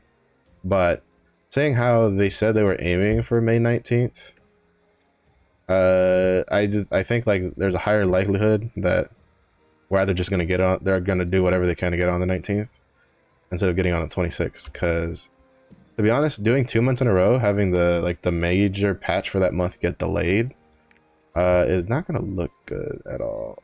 And I mean, in my opinion, first of all, the major patch for the month should not be like 3 weeks into the month, in my opinion. But it is what it is. Not much we can do about that. That's kind of their ballpark kind of thing. I need this to roll something usable, please. Also, do not do this. This is a waste of silver, but I have a decent stockpile saved up right now, so good enough. Good enough. But that's a waste of silver. That's a hardcore waste of silver. I don't suggest doing that, like, at all. But I personally have a lot of gold saved up. Alright, so this one can get swapped out for this. What else? Alright, I think that's it. That can get swapped out right now.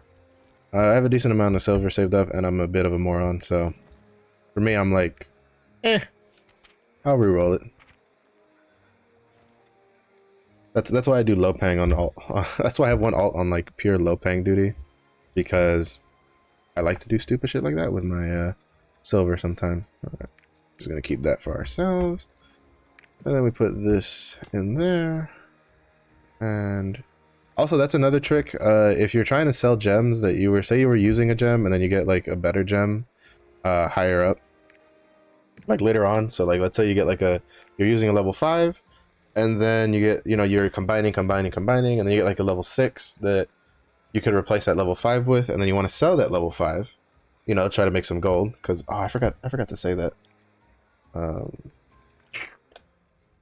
But I guess it's because like, I feel like if you're making alts and stuff, I don't know, gems are a source of income, of gold you could make, but I feel like with how fresh our accounts are right now, you should probably just use your gems more to get like level 5 gems, level 5 or 6 gems on your characters to kind of like make them feel good, because that is a lot of damage and a lot of cooldown reduction that you're missing out on. which is why I have personally decided to stop like hoarding mine for the destroyer and just like on my berserker and my glaver to just start making their stuff. Oh, I didn't go through her stuff yesterday. Slacking. All right, so these are all gonna go to her. I'll combine those in a second. Let's see, there's 2 tripods in here. What are on the ability stones? All right, I was keeping that one. Ooh, I can roll that one. All right, I pulled out all the stuff. What's on this? No. Oh, but that's really bad quality though. I must still might buy it. That's also another thing when you're selling accessories is you might get like a really shit quality accessory for purple, and then you can put it up for like 20, 30 gold and someone will still buy it. Even though it's a waste of payons. But hey, not my problem if you want to waste the payons. Alright. That's red dragon horn. Put her auto fuse level 5. Also, this is a way where if you don't want to like manually fuse your gems, you can go down here to auto fuse and you can turn it on, and then you can choose level 5 here. And that way it'll automatically combine gems as you get gems to, that way you don't have to manually like, it's a good way to keep your inventory kind of like a little smaller. So like it won't do it automatically when you set the setting, right? So like I said, it's level 5 now and it didn't auto combine, but what it'll do is when I get gems, it'll then start auto combining what it can. And then that's how all of a sudden it'll auto combine all of this into like a couple, like maybe like, how many can I get out of this? I could probably get like if I include the boss rush that we'll do plus the guard and the chaos dungeons, I can probably get like 2 level 5 gems out of this batch. It takes a lot of gems to get level 5. All right, we're gonna cut that so that way we can replace our blue ability stone for chaos dungeons. Get a little bit more vitality, and then we'll do the quick Una daily run.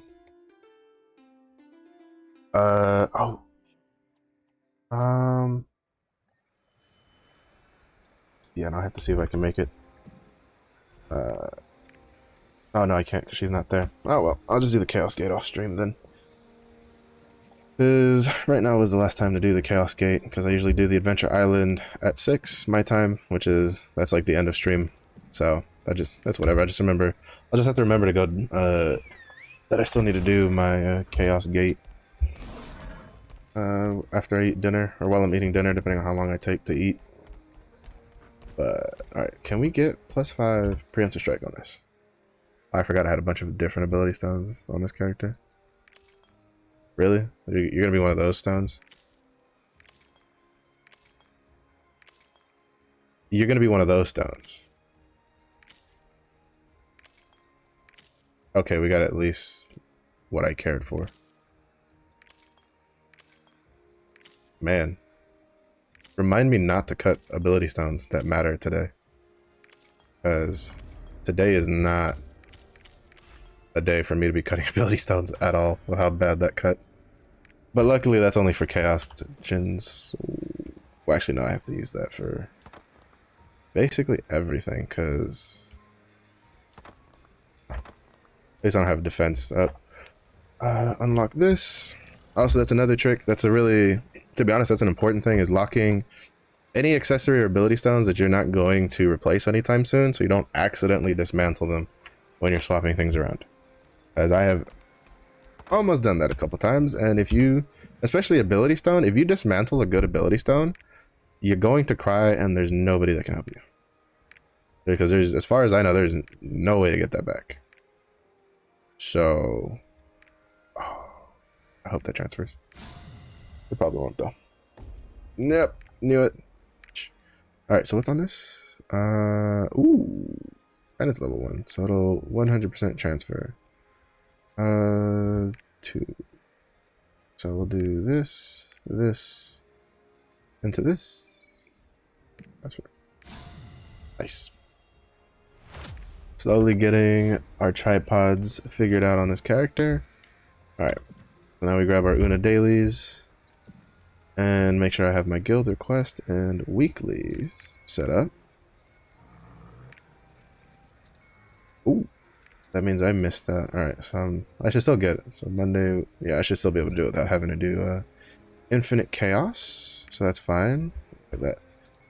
Though I do plan on doing some infinite chaos, like starting on like the second week or the last week leading up to whenever Destroyer comes out, because that's another thing you can do. But I'll save that conversation for when we get closer to Destroyer. I feel like it's a little too early without having a confirmed date to start talking about stuff like that again. Because we already did it for the Glaver, but I'll probably revise it a bit more for the Destroyer, because that was definitely a case of I thought of more things after the fact that could have been useful. Well, a couple more things, not too many, but for the most part, it's still I think I just feel like it's too early to talk about that kind of stuff. Because for the most part, people just forget. Like, it's still like 2.5 weeks, man. Like, that's a while. Shit, I myself would make the list and I'd still probably forget. Anybody? Yay! Bro, this is like, this used to be such a chill, like, daily Una task for me to do. And now it's like, it's such a pain in the ass because everybody's doing it, because it's really, really quick and easy to do compared to like, if they made Hypnosis daily quest give you the option to fight all the waves at once, that would definitely be the superior one to do, but you don't. So you have to wait the like random amount of time in between waves, and even then the waves themselves, like, actually I think what really could like make Hypnos better isn't if they got rid of the time in between stuff. It's is it here? No, I missed. It would be if they made it where the guys you fight in the arena spawn all at once. Where are you? Wait, why did he throw it over? Fucking. Probably was a misclick. I threw it there because I saw the. I thought the warrior threw it there, so I was like, oh, he's got to be standing right there, huh? Or it could have just been, you know, how far they walk. He probably was here, and then they probably walked over there. While waiting for his model to load. Because you got, I mean, if you're like me, where it takes a little bit for that model to load, it doesn't hurt to try to guess, like just blindly shoot and see if you can get the walker, because the cooldown on it is 5 seconds, and usually by the time the cooldown falls off, the model would have spawned, or the model will spawn like just as the cooldown's coming off, so it's not like you have to wait a long time for it. So I kind of always just try to see if I can blindly get it, so that way I don't have to sit there and wait the whole time. But today is not that day. Man,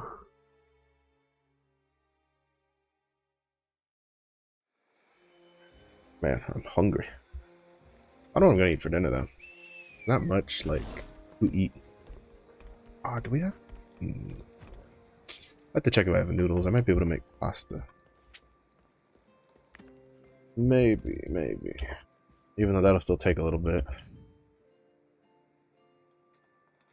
I don't know. I'll think about it when I'm done with this. But yeah, just to kind of reiterate, there's probably not going to be a stream tomorrow. If there is, it probably won't be on Twitch. I probably will do like a short stream on like YouTube or something. Because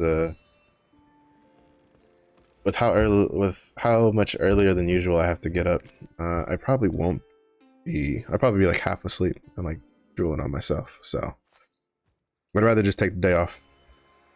And if anything, but if I do a stream, it'll be a short one. It'll probably only be like 1 or 2 hours. It'll probably be over on YouTube instead of here. And then I'll probably, like, I don't even know if I'd actually play Lost Ark. If I do, I'd probably just do like maybe an hour of PvP or something. I don't know, do something different. Like, I wouldn't do my dailies with how short of a stream it would be. So I'll just do my dailies after the fact or before the stream if I end up not taking a nap when I come back.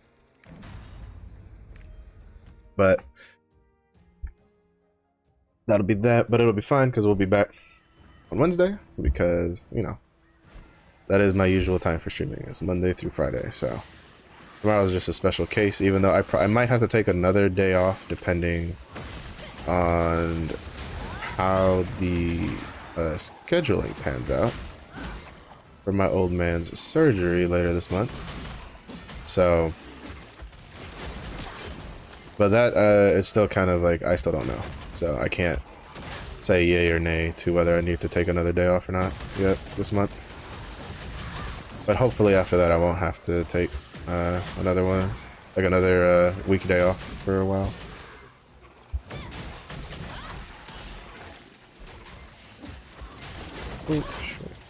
I still don't know how I feel about the Chaos Dungeon clearing with the Glaver.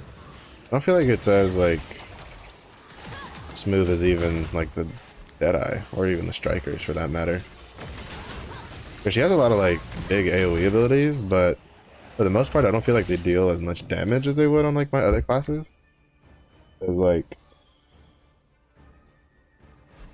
I don't know, fucking Berserker mulches through a whole group of 1340 mobs and he's a lower item level than she is, on the same like item level Chaos Dungeon, and he mulches through an entire group of regular mobs with one Tempest Slash. So meanwhile I'll use like half of her her blue abilities, and if it kills a couple people it's a lot. So part of that could also just be damage. Actually no, because he's also working with like, well, we saw he has like mostly cooldown tripods. He doesn't really have like damage, or not tripods, cooldown gems, not damage gems on a lot of his stuff. So I don't know, we'll see.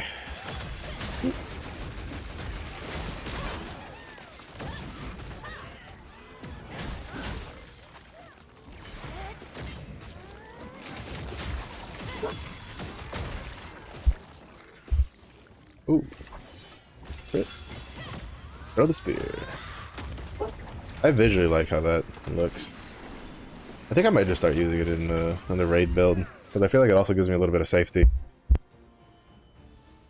Because I have almost died using the other one a couple times. Because even though you can cancel it, there's still a bit of a animation lag with it when you're trying to like let it go, and it's gotten close to getting me killed sometimes. Well, that one you do get the animation because of like, you know, you have to jump in the air, but since you can do it from a distance, I think that you can be a little safer with it. And I don't think it's that much less damage. I think from what I was reading, it's pretty similar in damage, at least close enough that it doesn't really matter which one. A bit more personal preference which one you pick, if I'm mistaken. Oops. Move my mouse fast enough. Douche. What's it?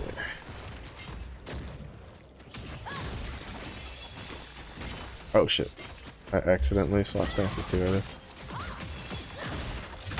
For some, like for some reason I moved my finger down by one to Z instead of keeping it on A. It's been happening to me a lot recently, to be honest, where I think like my fingers are on like the top row and then for some reason they're on the second row, and then when I click down it goes to something I wasn't trying to actually hit, which on something like Glaver is a bit of a death sentence, because well, not necessarily death sentence, but it's pretty bad, because if you pop that the stance swap too early as a pinnacle, you're losing out a lot of damage.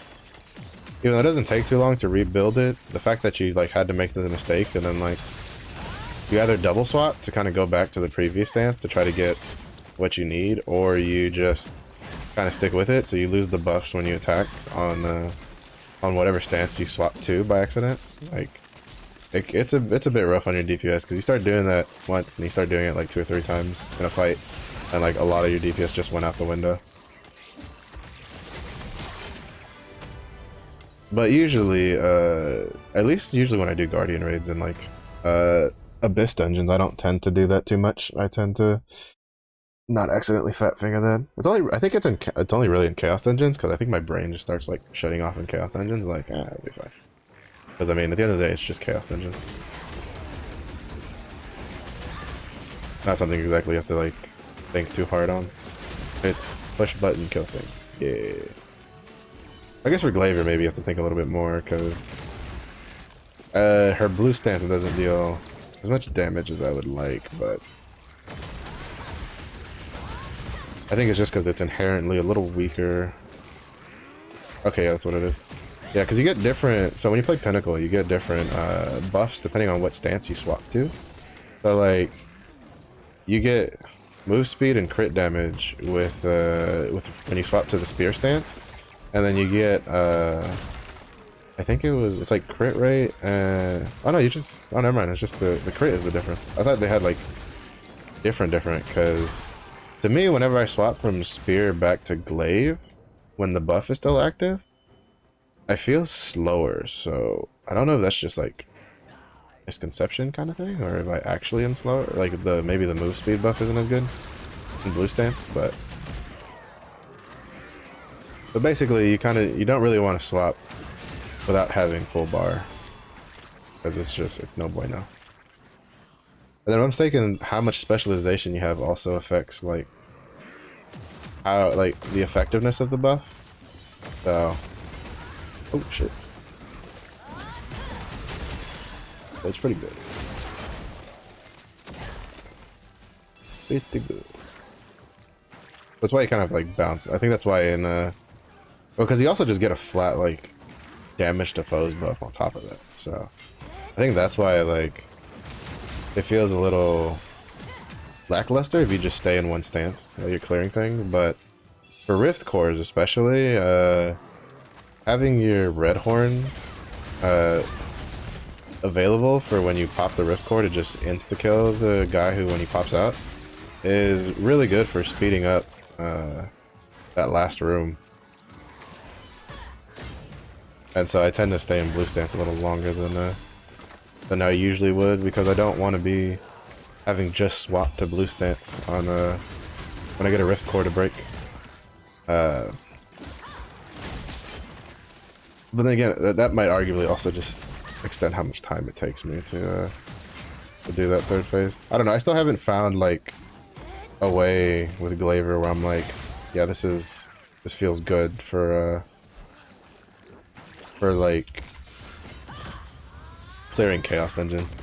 Granted, again, I haven't played it for that long, so it took me a while for Berserker to kind of like find a flow with his abilities. Though Berserker was also kind of a bit more of a pain because he didn't have a lot of specialization when I was doing it. So you like basically I played Berserker's technique on my Berserker because I don't know, I tried Mayhem and I wasn't too big of a fan of it. Like mentally, like I don't have like a logical explanation. I just liked the feel of Berserker's technique more. So when you're playing Berserker's technique in Chaos Dungeon, the way the flow of your abilities drastically changes depending on how much specialization you have. Because generally the way I play is I use the first phase to build up a lot of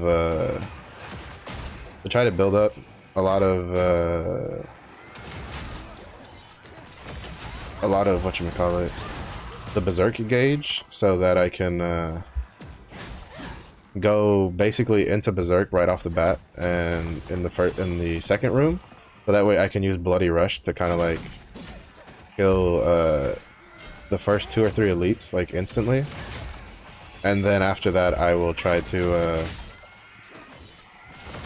you know, basically with enough specialization you should have enough Berserk meter to at least stay in Berserk mode until you kill the final boss for the second room. As long as you're killing stuff fast enough, you know, you're not just taking too long. But as long as you have like a Chaos Dungeon build where you're using like Whirlwind and you know you're killing the elite, so Whirlwind's just constantly off cooldown kind of thing, you should, if you have like 1,000 spec, you should be able to get through that that second room within one Berserk mode, like relatively easily. And then you can, and then what I tend to do is I look at how much berserk mode I have left, or fury. I don't even know what the actual name is called, to be honest. But I look at how much meter I have left in my actual like berserk mode when I go into the third room, and depending on how much I have, I'll either sit and wait at the entrance for the bar to finish, so that way I can start building up gauge again on the first pack of mobs. Or I will just go and try to kill the first rift core in the with like what berserk mode I have left, right? So, oh shit, I did spawn the next one. I guess I'm just gonna like nuke you.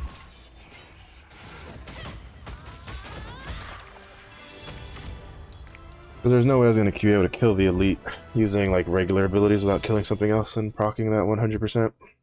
So I decided to spend the 250 silver and just fucking hit him with the spear to the side of the head. I will say that like visually and actual like gameplay and like a raid fight, I do like Glaver. It's just that in Chaos Dungeons, I just haven't found like a back and forth flow that I like too much. That's kind of garbage. That's actually not terrible. It's not great because Cursed Doll and Increased Mass are both on the same like modifier, so you're gonna get reduced. What's the word? Well, you're gonna get reduced in gains from it. Like you're not gonna get as much if you like match. Oh wait, I didn't look at the. Never mind. I saw the Ambush Master and like Adrenaline. I was like, that might sell, but I forgot to look at the main stat. But Cursed Doll and Increased Mass are on the same, like, they're on the additive side together, so if you go with those two first, you're going to get less DPS gain, instead if you have gone, like, say, Increased Mass, Keen Blunt, or Cursed Doll, Keen Blunt, kind of first instead. So, also, as you can see, the auto worked out, but we didn't get quite enough for 5, but we're going to do a boss rush, so that should net us enough gems from the chest. +2, oh, that was a level 1, but we're here, so I kind of just want to get the boss rush done, and then we'll go over, try to transfer those tripods. And since I don't really have any, that preemptive strike stone is literally the only thing she's gotten that I can like even try to use, because basically the like Glavers are pretty hard to build before getting to 1370 legendary accessories, because like they need level 3 of their class engraving, and then everything else they build is pretty hefty damage wise. Ooh, all the Glavers. Why is it that like when I play a Glaver I get all the Glavers in my group, but then when I play a anything else I don't see any Glavers? And I think that is, oh, that is. The swords don't look bad, actually. Those are the Deathblade. You kind of can't see them too well. Those are the Deathblade Noble Banquet swords. I don't have a Deathblade, so I was curious on what they look like, but they don't look too bad. I don't know if I like them better than the Omen ones, though, personally.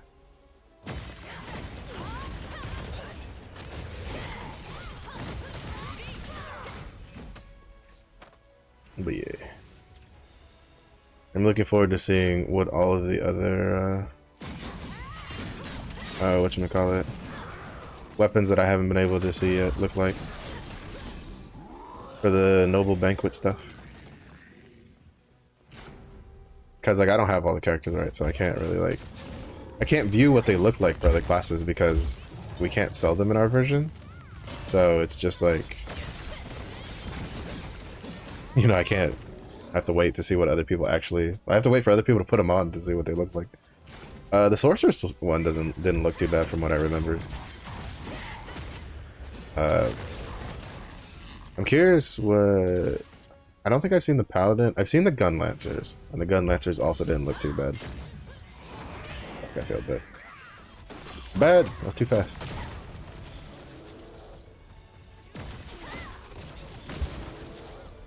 I could have just parried that. I'm a scrub. I'm a scrub! I always, like, I forget, like, because this is, like, the only class I play that has a parry on it. So I always forget that that exists. But I think the only classes with parries are gun lancers and glavers. I think are the only two classes with parries on them. Fuck! I still failed it. I failed it last time because I was too late, and this time I failed it because I was too early. Shit. I didn't hit him with that ability, so I didn't get the bar.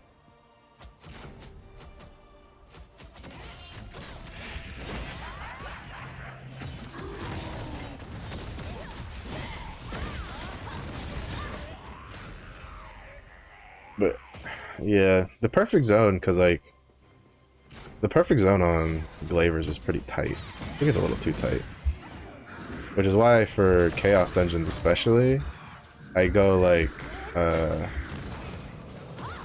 I go for the charge one. Oh sweet, level 54. For the charge tripod on the on whatchamacallit, on the red dragon horn, because actually trying to land the red dragon horn when you have the like attack speed buff from breaking open the rift cores is almost fucking impossible. At least for me. Like I can maybe hit it like once every 10. So it's like fuck. Usually I'm pretty good at that, but I don't know why. Today I'm kind of just out of it.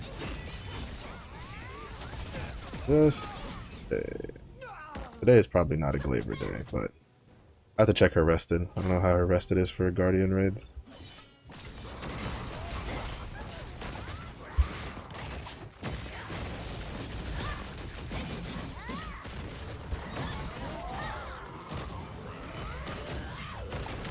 Oh shit. And then the one time I get it perfect, they kill the bosses before I can hit them. Fucking luck. And sometimes it's just how it be, you know, when you play a class and that happens, you kind of just gotta be like, I should play something else. Shit. And that like it would have mattered anyway, because it fucking dodged out of it anyway.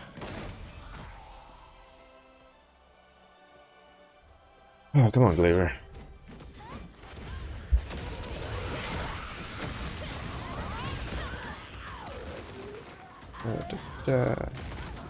Okay, okay.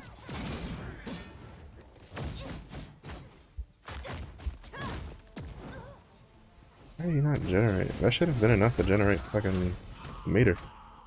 Jesus Christ. I'm telling you sometimes.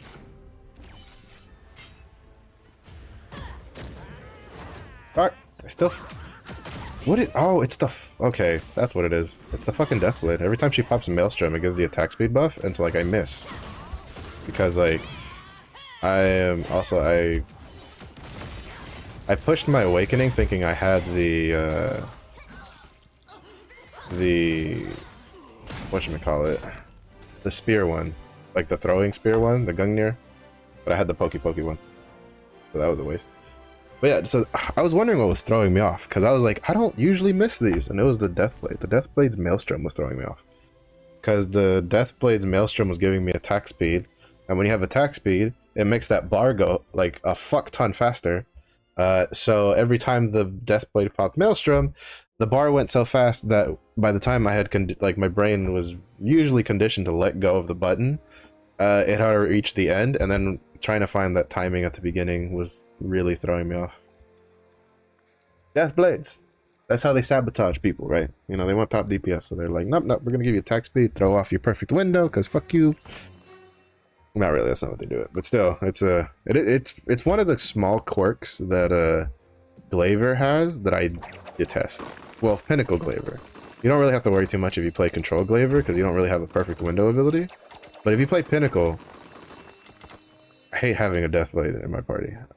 Or like anything that gives me attack speed, because it throws off the timing for your red dragon horn so much.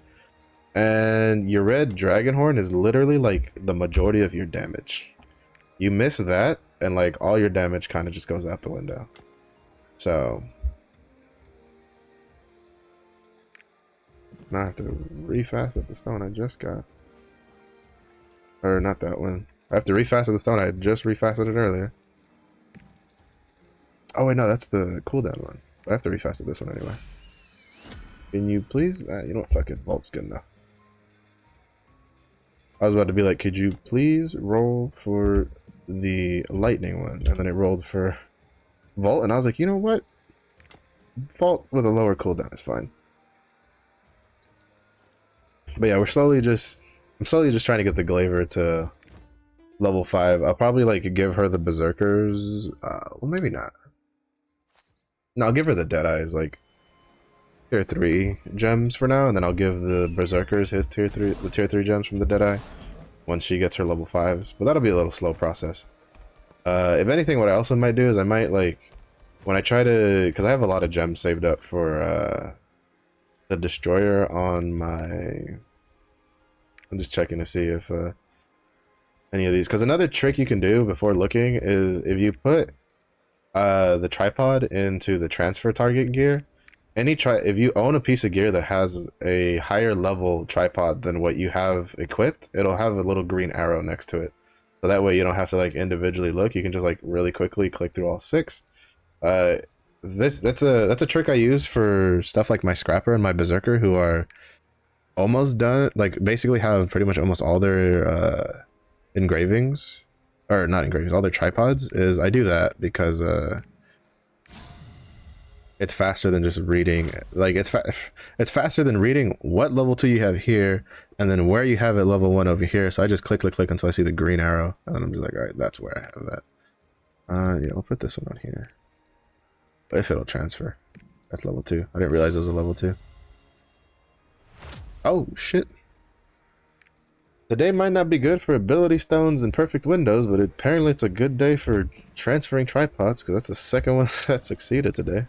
We had one succeed on the Berserker, and then we had one succeed on the Laver. That's not bad. That is not bad at all. Alright, we'll put these back over here.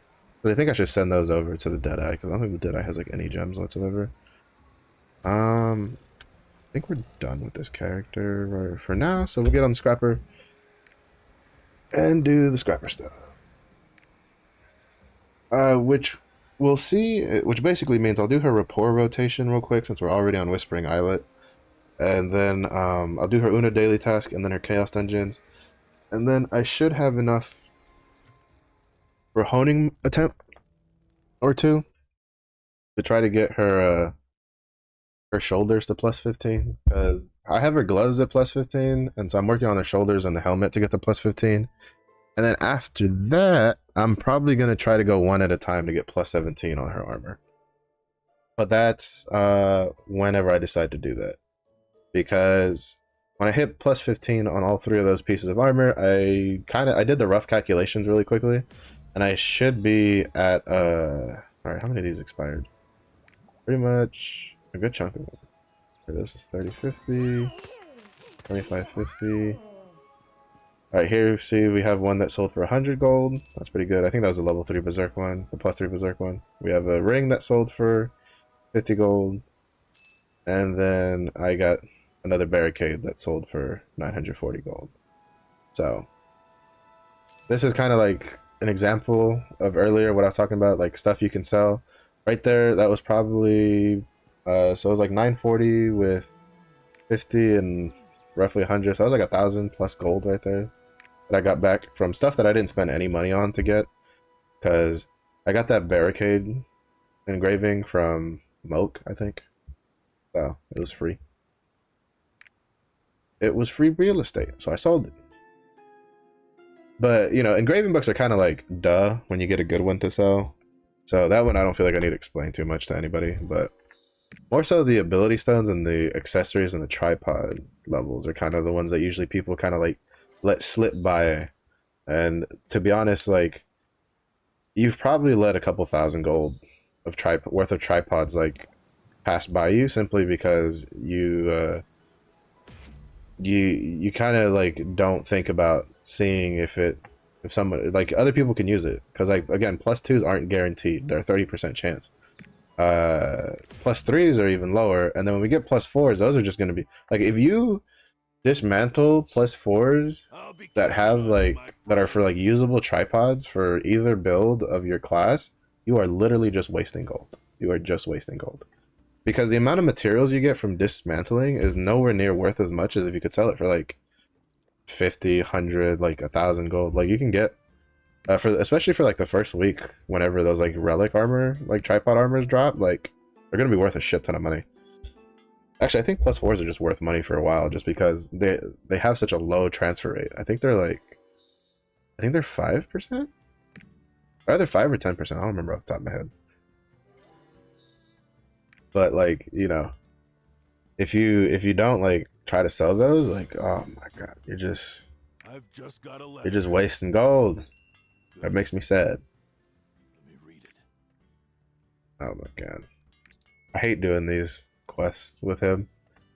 If it wasn't because of the fucking the giant's heart that he has, I would have stopped doing his quest forever ago. Cause like, you have to literally, like, so if I triport away from here, the quest actually won't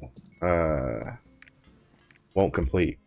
Like, I have to actually exit onto the ocean at some point.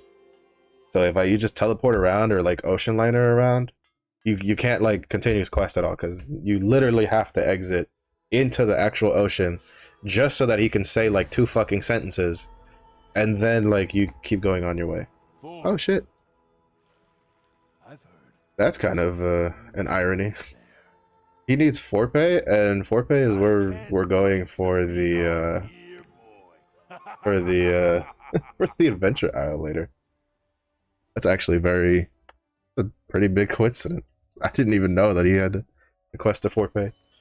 But yeah, there's something to keep in mind when you're doing Calvasses is like a report quest, is you actually have to exit into the actual ocean, and not just any ocean, because if you do Forpay and it tells you specifically, hey, you have to exit to the Sea of Guinea, you have to exit in Guinea. Like, you can't just be past the wall and exit and it count, because it just doesn't. So it's one of the I guess minor annoyances with his quest line.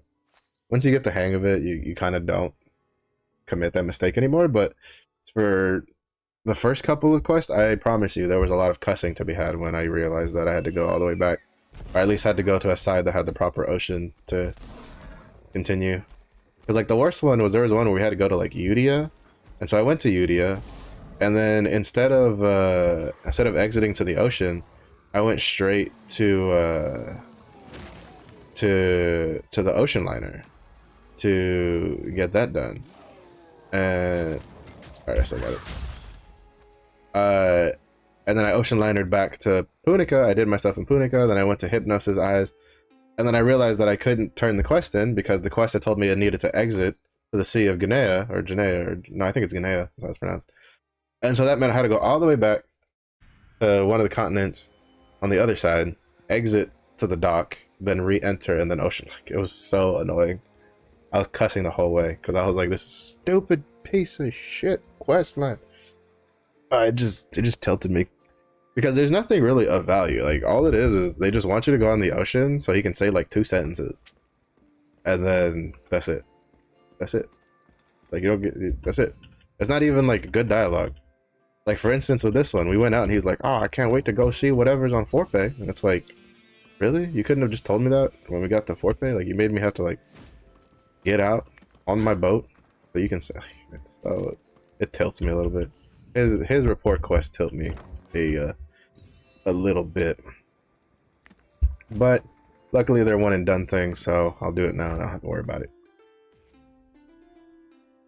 But that's pretty nice. So yeah, so Forpay, if you need pirate coins, is the adventure island to do today. It spawns in about 25 minutes. So I'm gonna try to finish my dailies, and then I'm gonna go to, yeah, Annika doesn't have it. I'll go to R13 after, because Annika doesn't have a chaos dungeon like statue, so I can't do my chaos dungeons there.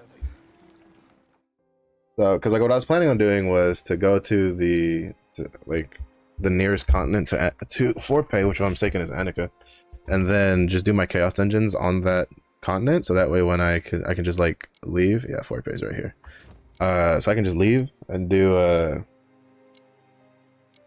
you know, just ready to sail instantly. But Annika doesn't have a Chaos Dungeon statue, so I have to go to R13. Well, anyway, I still have to do my rapport stuff anyway, so I have time. If anything, what I'll probably do is I'll probably go to Shoeshire, do the Shoeshire Daily real quick. Hopefully, there's not too many people there contesting it. We'll do the Shoeshire Daily. We'll turn that in. I'll go to R13. I'll do my 2 Chaos Dungeons in R13. And then, depending on the time left, we'll either go straight to Annika and do the rapport on Annika if we have time, and then go to Fort Pay, or we'll go to Lutera, then Annika to do the rapports there, and then go to the island. Just depends on how fast I can get through my Chaos Dungeons. Since it's right next to Annika, it's not too much of a trouble to get to. Like, it's literally right next door. So, who said you could live? So, you know, there's no real rush. It's not like some of the other islands where they're literally like, you have to sail a distance to get. Luckily, there's like 3 channels today, because usually there's only like 2 channels, and usually there's like 10 people on each one, so that makes it kind of a pain. And a lot of times I tend to have the unfortunateness of the classes doing it being shit like Sorceress and like Death Blades, where they just have a lot of AoEs that are really fast, and I'm like, lucky bitches. Yeah, bitches. Alright, so we got that done pretty quickly, thankfully, so now we can go over to R13. We have roughly 20 minutes because you have the island spawns in 20 minutes, and then the event actually starts 3 minutes after, so granted, I'd like to be there when the island pops up so that we can quickly do, hopefully we can quickly do whatever Butt Munch needs to do on that island, so we can get that out of the way, and then we can do the event, and then we can leave.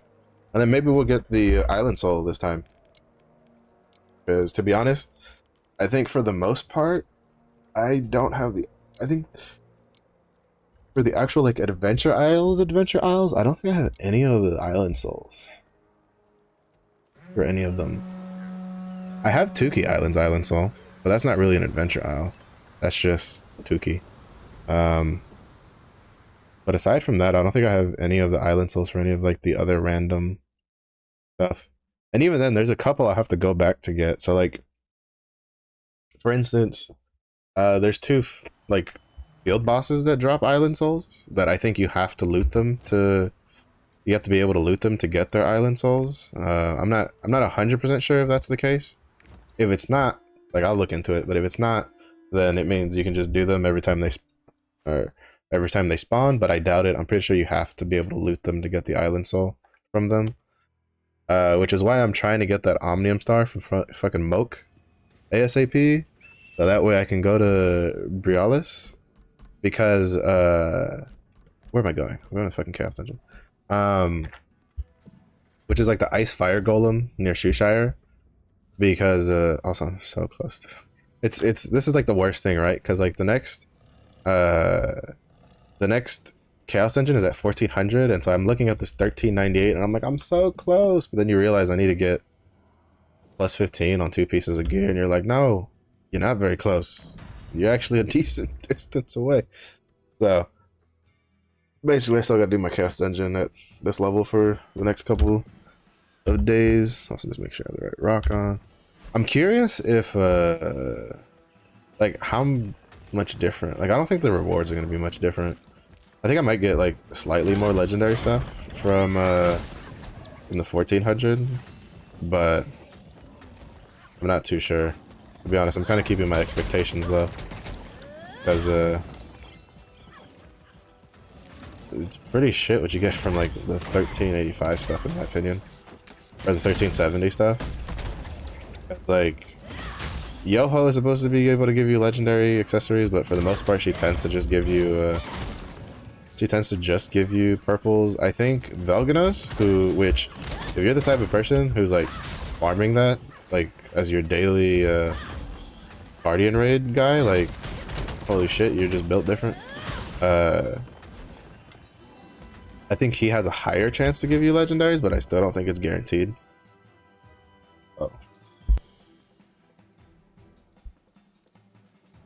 And so I'm curious to see if maybe, you know, I don't know, maybe like half of what I'll get is whatchamacallit, legendaries from the, what, see, again, damn it. That wide hit tripod for death rattle is a fucking lie.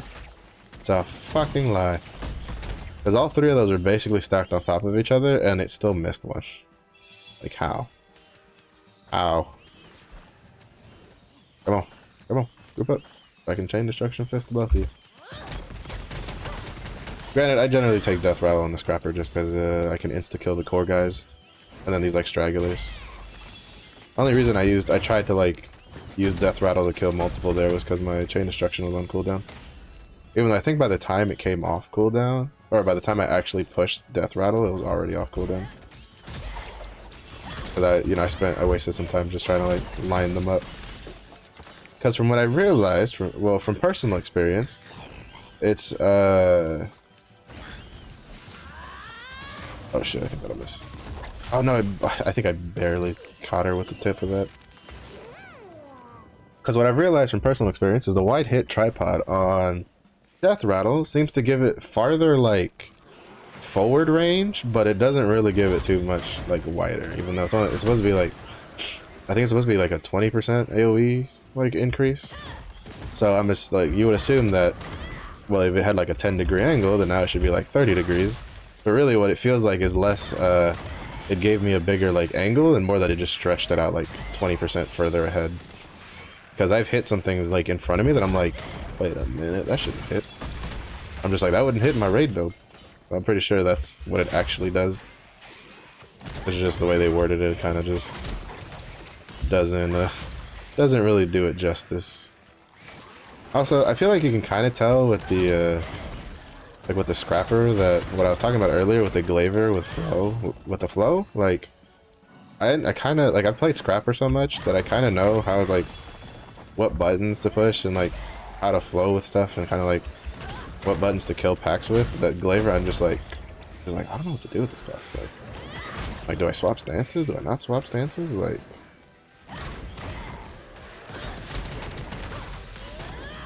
I don't know, it'll come with time and practice. Time and practice. Though that'll be very far because well, not really, like it'll just be time and practice. As I do more chaos engines with her, I'll definitely like figure out what works for me and kind of just roll with it. Ooh.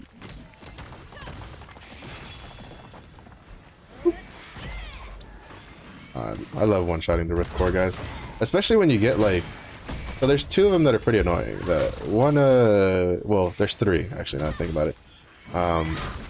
One of which we might get to spawn in this one, might not. But there's this like weird floaty guy who has like rings around him, who he tends to do a lot of like AoEs around him that'll stagger you and knock you up. So I like insta-killing him when he pops up. There's the like giant Dark Knight guy with a shield and an axe. Oh wow, purple barricade. I actually keep that one for myself. As a just in case.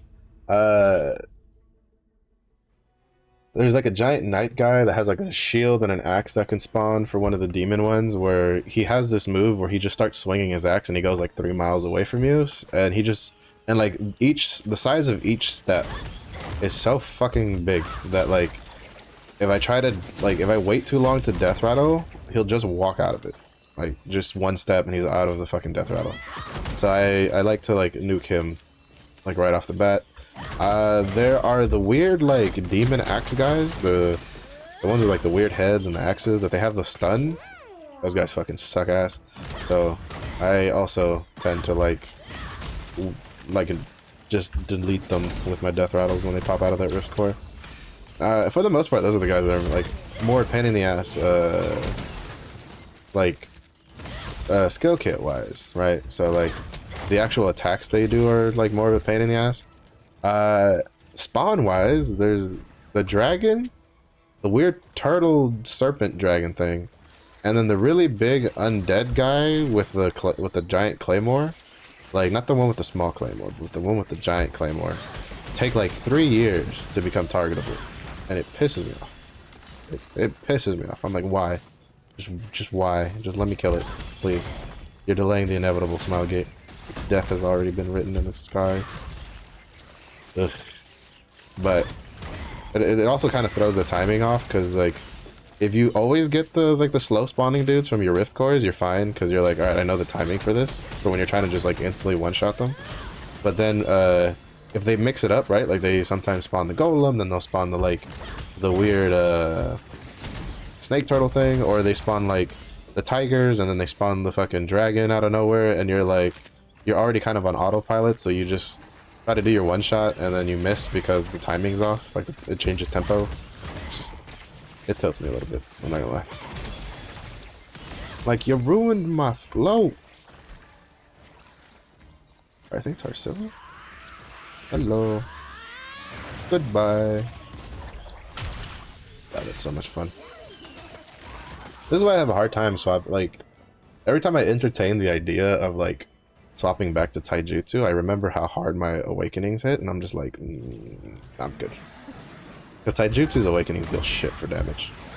Because awakenings scale with specialization, so if you play like a specialization class, like your awakenings generally will deal a shit ton of damage. Like if I have, depending on what comp I have, usually nowadays I can hit upwards of 9 million on my awakening as long as they crit. If they don't crit, usually they go for about, I don't know, what is it? What's half of it? It's like 4.5 or something like that? Actually, no, I think it's more than that. I think it goes for like 10 now. I think my non-crits are like 5 mil. I don't know, basically, like, they go for really high. The highest I've hit something for is I've hit Night Fox Yoho for like 16 million, I think, once. Because I had like, I don't know if they were like a spec bard or not, but I had a bard, and I think they like did their big like DPS boost just as I was like awakening. Like I popped my awakening, and it hit like a truck. I was like, oh shit, that was juice. You don't get those numbers in taijutsu. And then I saw a video of a guy playing taijutsu scrapper in Korea on like I think it was like a 1500 like taijutsu scrapper. And a lot of the taijutsu builds take shock or death rattle because it's literally like it consumes all of your shock, so you can at least get some damage out with your shock that you just don't use in taijutsu. And when I saw how weak his shocks were critting for, like his death rattles were critting for, I was like, no, like get that shit away from me, dude. I like my like 5 mil or so death rattles in like raid environments with buffs and shit. Like, I'm good. I like the big numbers. So even though taijutsu's fun, like I played it for a bit and through tier 2, and then when I first got into tier 3, I played it for a decent amount. And like, I can't say it's boring. It's pretty fun. It's just that I like shock training more. So that's more of a personal taste kind of thing. Alright, so we have about 10 minutes, so I think I should be able to make it to Lutera to do the rapport with the dwarf guy, and then make it to Annika to do the rapport with the other guy, and then still make it to Forpay with plenty of time to spare. Which means I will look through what she got in the Chaos Dungeon when I get to Forpay if I have time to sit and wait.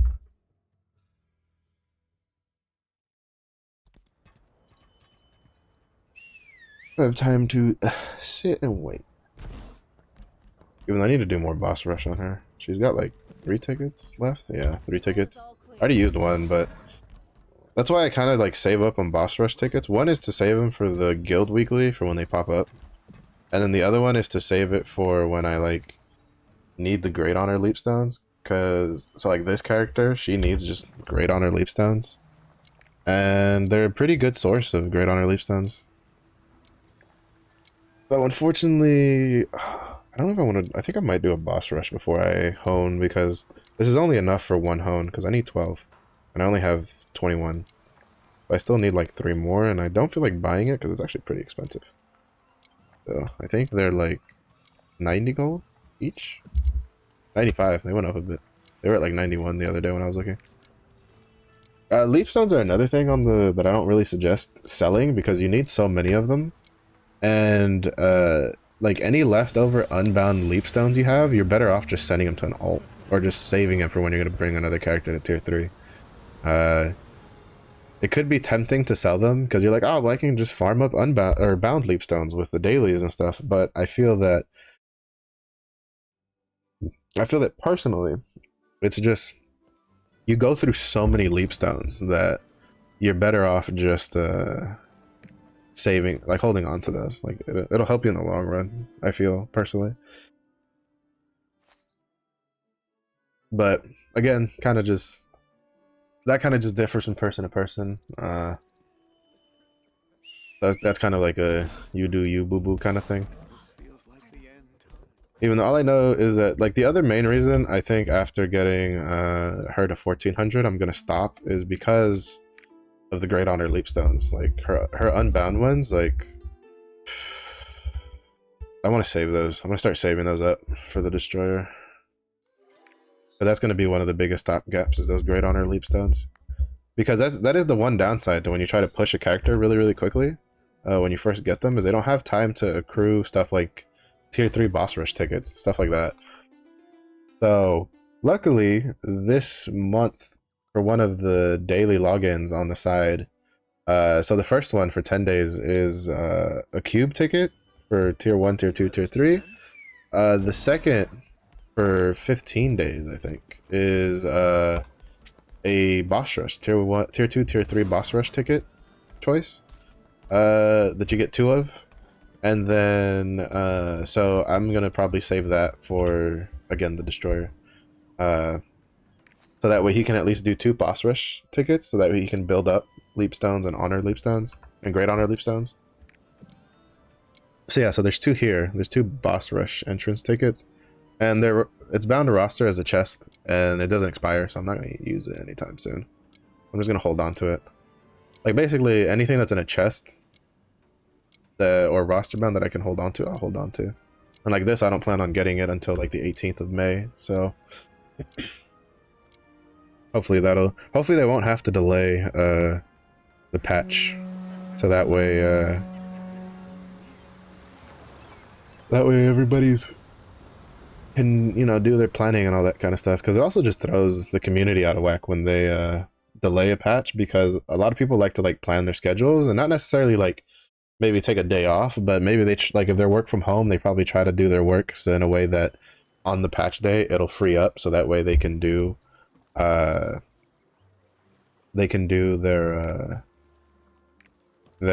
you know they have a little bit more break time, so they can log into Lost Ark and do some of the new stuff while they're working. So when they delay a patch, it kind of throws that out of whack a little bit. And even then, there are some people that probably take a day off. Like there's probably people that they're waiting for when we get the official date for Volton, so that way they can take Thursday and Friday off to like do all the Volton stuff that they want to do. So all right, so he's the last one for the day. The Anika ones go pretty fast. Yule's kind of goes a little slower, but hers was still decently fast. I did hers a while back to get to Trusted for the Charisma potion. I was farming for Charisma. I think I did the Ghost Lady in about 2 weeks, maybe, with just the song and the emote. I think he probably will take more or less the same amount of time. Well, actually, no, I think it was like a week and a half. It was a week and a half. And then I think, so I think he should take about a week and a half. So, because he's, I think, already amicable level 3. So then all I have left is friendly levels 1 through 3, and then I can finish Anika. Because I'm mistaken, I think I did the collectibles the other day. So he is, yeah, he's amicable level 3. We just got him to level 3. So that's 624. So on Wednesday he should become friendly level 1. If I'm not mistaken. If I'm remembering the math right on the emote and the song. So as you can see, I have these 2 to Trusted. So that means Anika is probably going to be my first Ignia token, because I have it in 95%, and he's literally the only thing I have left. I've done everything else. So that's nice. So what I plan to do for like Ignia tokens is I'm working on Anika, because I have that 95%. I'm working on West Lutera because they only have one rapport character, which is that dwarf, that dwarven blacksmith we were dealing with. I think when I get him to, double check, because my plan had been to when he gets to friendly. All right, yeah. So when he gets to friendly level 2, I'm gonna start doing at least getting the cooking done, and then you know once I get all the cooking done, go sit and kill this stupid plant because I have to wait for that to spawn to kill it. And then work on collectibles, which I only have like 2 left. That way, West Lutero will probably be my second Ignia token, and then I'll go back to Rethramis and do Rethramis because I think Neria and Saria will be faster than doing Udias. But basically, my plan is to do Annika, Rethramis, Udia, and West Lutera to be my first 4. My first 4. We gotta go where all the cool kids are at. My first 4 Ignia tokens, but you know, like that's great, but I need 8 to get the well, you need 7 for the greater stat potion, 8 for the great skill potion, and then 10 for the delay and armament card. Jesus Christ. Like 10 for delay and armament card. Like that's why I'm hoping that I don't have to wait for that to finish my Lost Wind Cliff set. Because all I'm missing for that stupid crit card set is, I think, 4 Solaces? Yeah, all I'm missing is 4 Solaces and Carmine and Delay and Armament. Because I got really lucky with the legendary card packs from the Naruni Racing event, and I got 2 King Thyranes from that. No, I got 3 King Thyranes from it. And then combine that with the King Thyrane card from the Rapport, because I have my King Thyrane at Trusted. I have King Thyrane at Awakening level 2. But literally all I'm missing is getting Solace to level 5. And then these 2. And then I'll have the crit rate buff. The only other way to do it is like, so right now I have 8, 9, 10. So I have 10 Awakening right now. The other thing that could happen is I could luck out and get one of these, like, you know, I can get, you know, 1 and then maybe an Armin and then another Carmine or another Delay in Armin, because you need just 12 Awakening. It doesn't have to necessarily be a Soulless card, like it could be something else. So if you somehow get lucky and get like level 1 Awakenings on a couple of the legendary cards, then it could save you an extra Soulless run or 2. To be fair though, my Solace is also just 1 more. I need 1 more card to get level 4 Awakening, which would then mean I would only need to get like Carmine, Delay and Armin, and then another, and then just 1 more legendary card to like Awakening level 1, and that's 12 Awakening. So, you know, there's getting that King Thyrane to level 2 Awakening, really opened up a lot of ways to get that plus 12, hopefully, depending on the luck. So we'll see how that goes. We'll find out on May 12th. Because May 12th is when we're going to do a big old unboxing of all the cards that we got from the Guardian Raid event and from the logins, and then from any like adventure islands we end up doing. But that's still that's still a week and a half away, because it's next week. It's not this Thursday, it's the Thursday following. So hopefully our luck will be pretty good, and we could get what we need. As always, when you're doing legendaries, you hope for anything from Lost Winds Cliff or Light of Salvation if you're a DPS. Alright, Cabasses, what do you want? Oh my goodness. There. I don't know if it actually matters if you're in a party for 4Pay, but I'm not gonna complain. Protect the chicken brethren.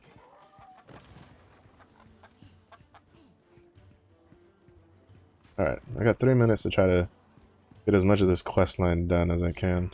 Hopefully it doesn't take too long. He ran that way. Go get him. Go get... Oh, we got tear gas.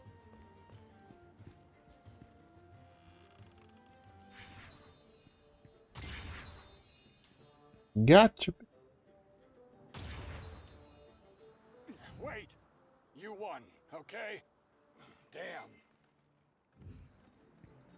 Oh, First his impression. first impression was not great. Oh. I see what he's gonna do. We're probably gonna end up having to fight him in the arena.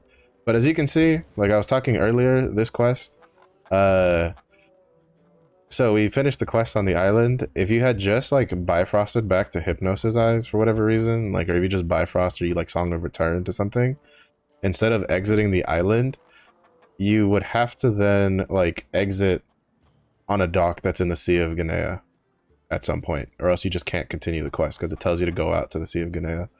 So that's something of interesting to remember if you end up doing the Calvasis report quest, if you're going you know, slow but steady like I am, instead of just using a bunch of gifts to kind of just wham bam get him up there. Where's Giant's Heart? Oh no, somebody needs to defend the chicken brethren. And it's not going to be me because I'm a chicken. So somebody has to defend me. Alright. So how fucked are we going to get by this salt giant today? Because like, one of two things is going to happen. Either this salt giant is going to immediately die when he pops up, or he's going to like spawn here, face this way, and instantly go with his stupid little like sand beam that he does and just kill all of us. Or he'll spawn like here and do like a big stomp that half of us can't even get out of fast enough, and then kill all of us. Also, this is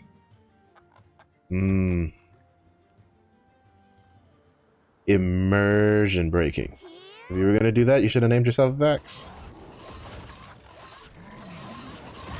Oh, we missed because of the rock. No, no, no. Oh my. See? The fucking rock, dude.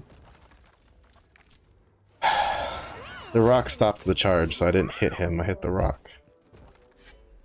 Oh, and someone just punched the... There we go. Don't worry, guys. I'll handle this. Somebody, at the end there, somebody punched him, so he, like, re-healed.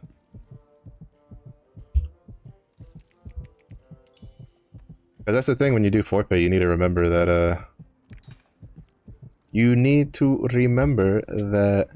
if you try to deal any damage to the boss outside of using the chicken form, you heal the boss.